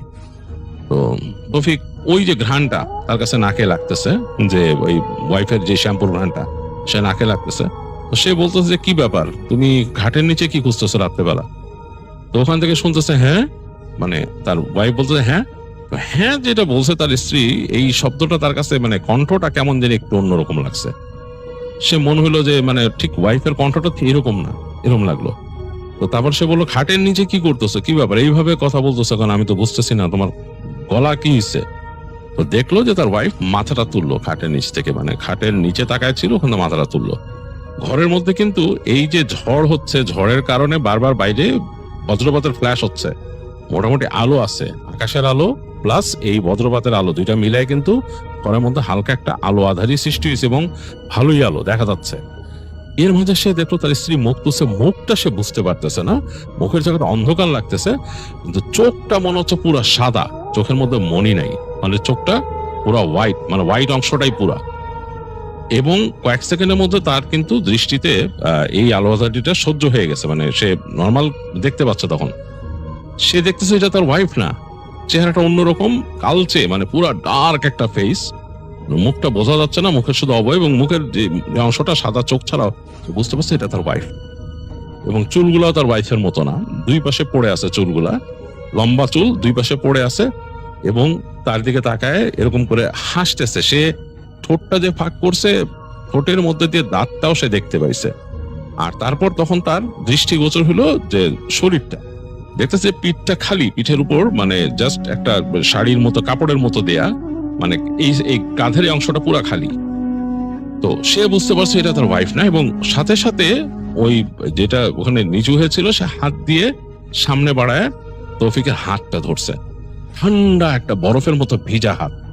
এবং তৌফিক পুরা বুঝতে পারছে যে হাতের যে আঙ্গুলগুলা মনে হচ্ছে চোখা চোখা, এরকম আঙ্গুলের নখ টক সব চোখা এরকম ধরছে। তার সামনে হ্যাস করে একটা সাউন্ড করলো কণ্ঠ দিয়ে, ওইটা মানে যে তাকে ধরছে, এটা আসলে কোনো মানে তার ওয়াইফ তো নাই, এটা কোনো মানে পেটনি বা পিশাচ এরকম কিছু একটা তার হাতটা ধরছে। তৌফিক হাত ছাড়াইতে পারে না, হাতটা মনে হলো পুড়ে গেল তার। প্রচন্ড জোরে ঝাড়া মারছে তৌফিক, প্রচন্ড জোরে হাত ঝাড়া মারছে, ঝাড়া মেরে সে আসলে তখন হিতহিত জ্ঞান হারায় ফেলছে। সে লাফ দিয়ে বিছনা থেকে নেমে গেছে, বিছনা থেকে নেমে দৌড় দিয়ে গেল, ঘরটা অন্ধকার। সে ওখানে ওই যে সুইচ বোর্ড আছে, সুইচ বোর্ডের উপর যে পড়ে সে সুইচটা দিল লাইটের। সুইচটা দেওয়ার সাথে সাথে মনে হলো ধপ করে একটা শব্দ হলো, মানে খুব দ্রুত কোনো মানুষ যদি দৌড়ায় মুভ করে সেরকম একটা শব্দ হইলো, আর ওইটা নাই ওই জায়গায়। তার কাছে কেন জানি মনে হচ্ছে যে বিছানার নিচে ঢুকে গেছে, ওইটা তার খাটের নিচে ঢুকে গেছে। তৌফিক তো ভয়ে থরথর করে কাঁপতেছে, কি করে বুঝতেছে না।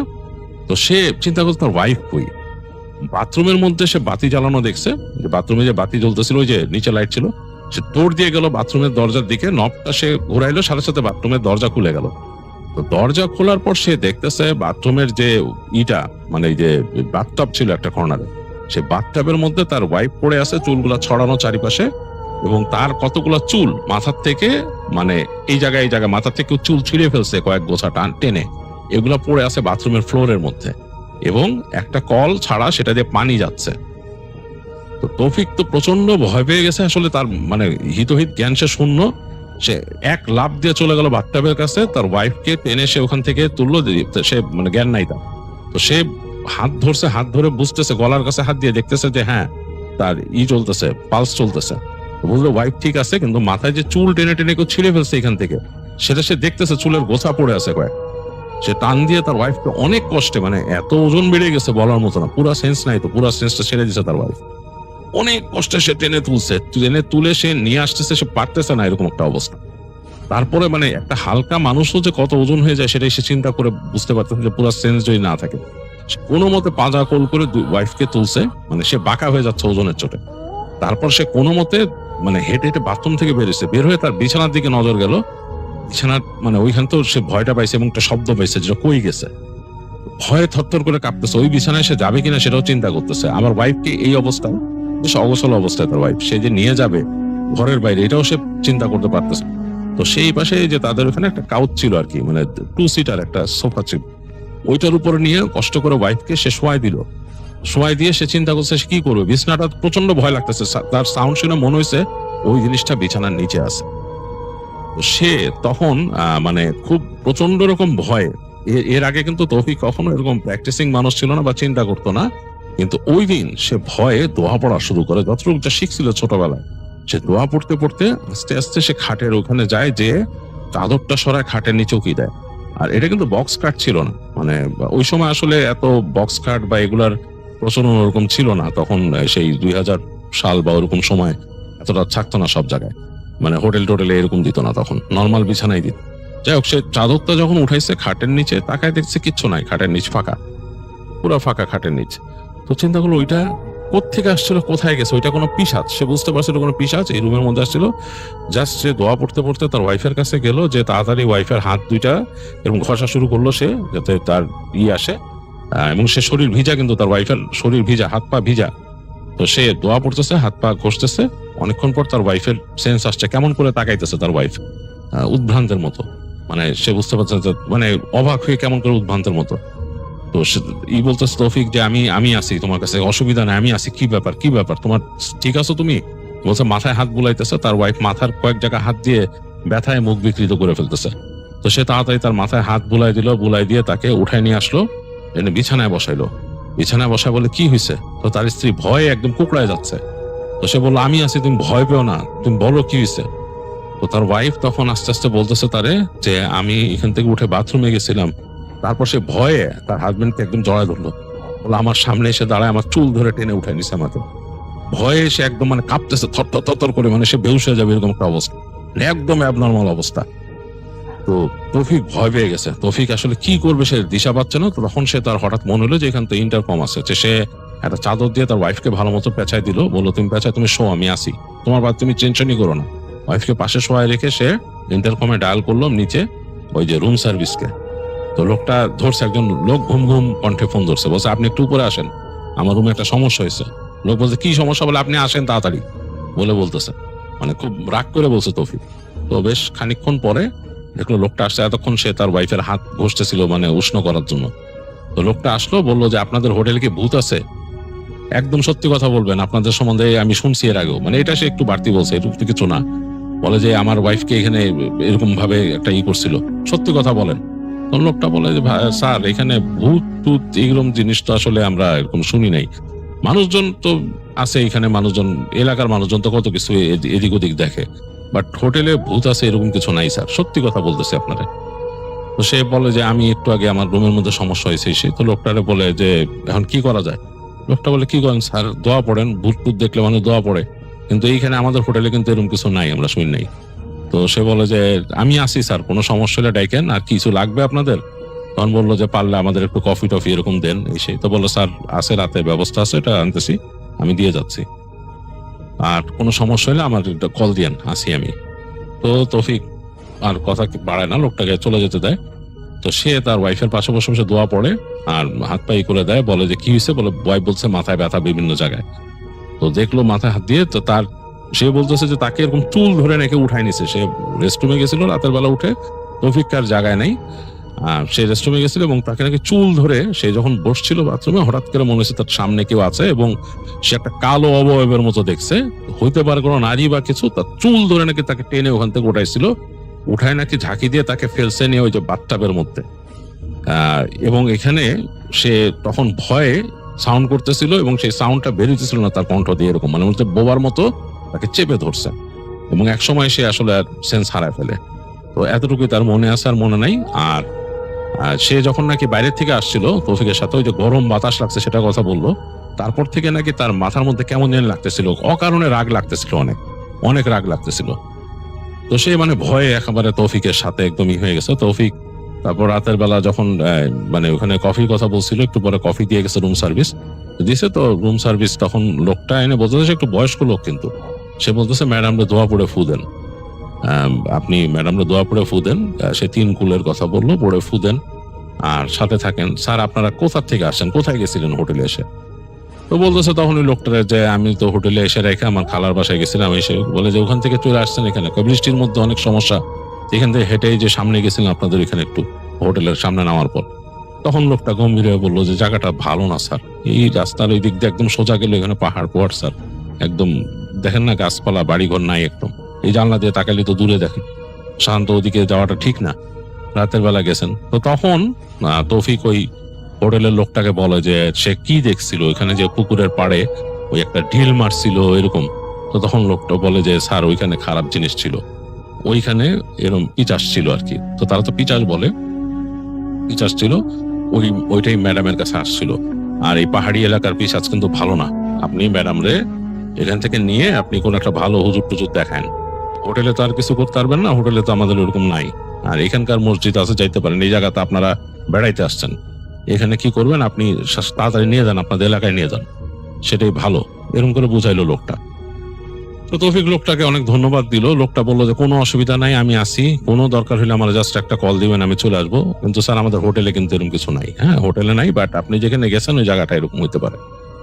তো যাই হোক রাতটা পার করলো তৌফিক, দোয়াদুরুদ পড়ে পড়ে তার স্ত্রীকে ধরে রাখলো, ভয় লাগতেছিল অনেক।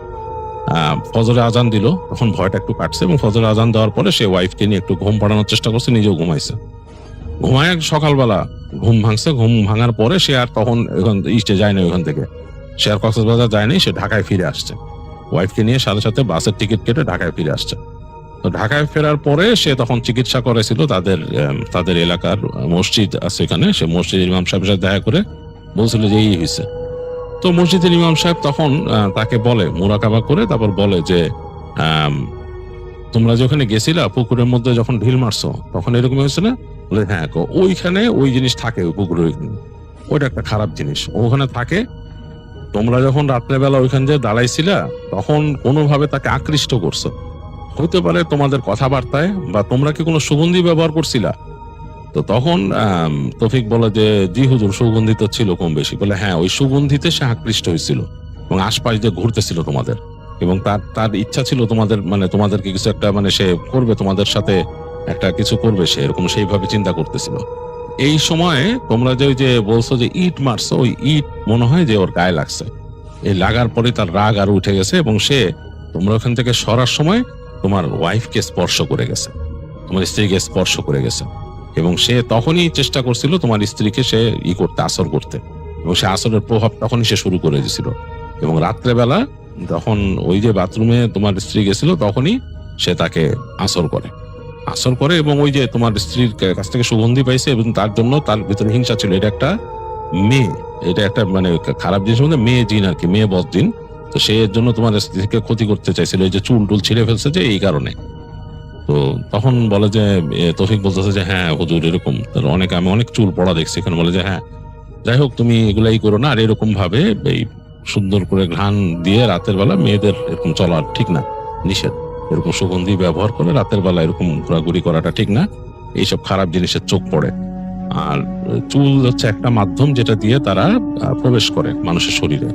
চুল একটা, হাতের নখ একটা, হ্যাঁ নখ চুল, এগুলোর মধ্যে দিয়ে তারা প্রবেশ করে, নাক দিয়েও প্রবেশ করে। এর জন্য উজু করে থাকা বেটার।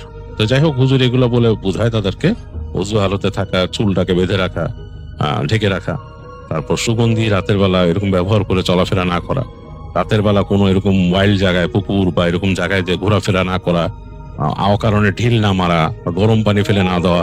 অনেকে আছে যে পুরুষ মানুষ যে রাস্তার এদিক ওদিক জল বিয়োগ করতে যায়, এটাও এইসব সবকিছু মানা করে। তখন হুজুর বলে যেগুলো করো না।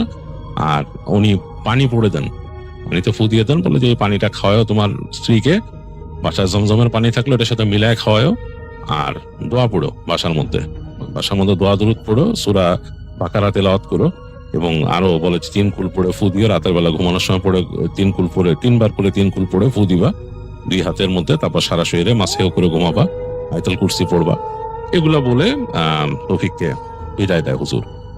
আর তৌফিক এগুলো শুনে আসে এবং বাসায় এগুলো প্র্যাকটিস করে। তো তৌফিকের ওয়াইফ ভয় পেত, তখন বেশ ভয় পেত। তাদের বাড়িটা একটু খোলামেলা জায়গায় ছিল এবং সেখানে তারা বেশ মানে চলাফেরা করতে ভয় পেত। বেশ বড় বাড়ি তো, বারান্দা থেকে এই বারান্দা থেকে ওই বারান্দা যেতে ভয় পেত।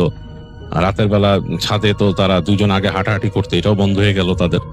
বাট আস্তে আস্তে জিনিসটা আবার নর্মাল হয়েছিল, তারা অনেক কিছু মেনটেন করে চলতো। এবং এত বছর পরেও তৌফিক এখনো, তাদের বাচ্চা কাচ্চা আছে, এখনো তারা এগুলো মেনটেন করে চলে, বাচ্চাদেরকেও মেনটেন করায়, এইভাবেই তারা চলে। তো যাই হোক, এই ছিল তৌফিক কামালের ঘটনা।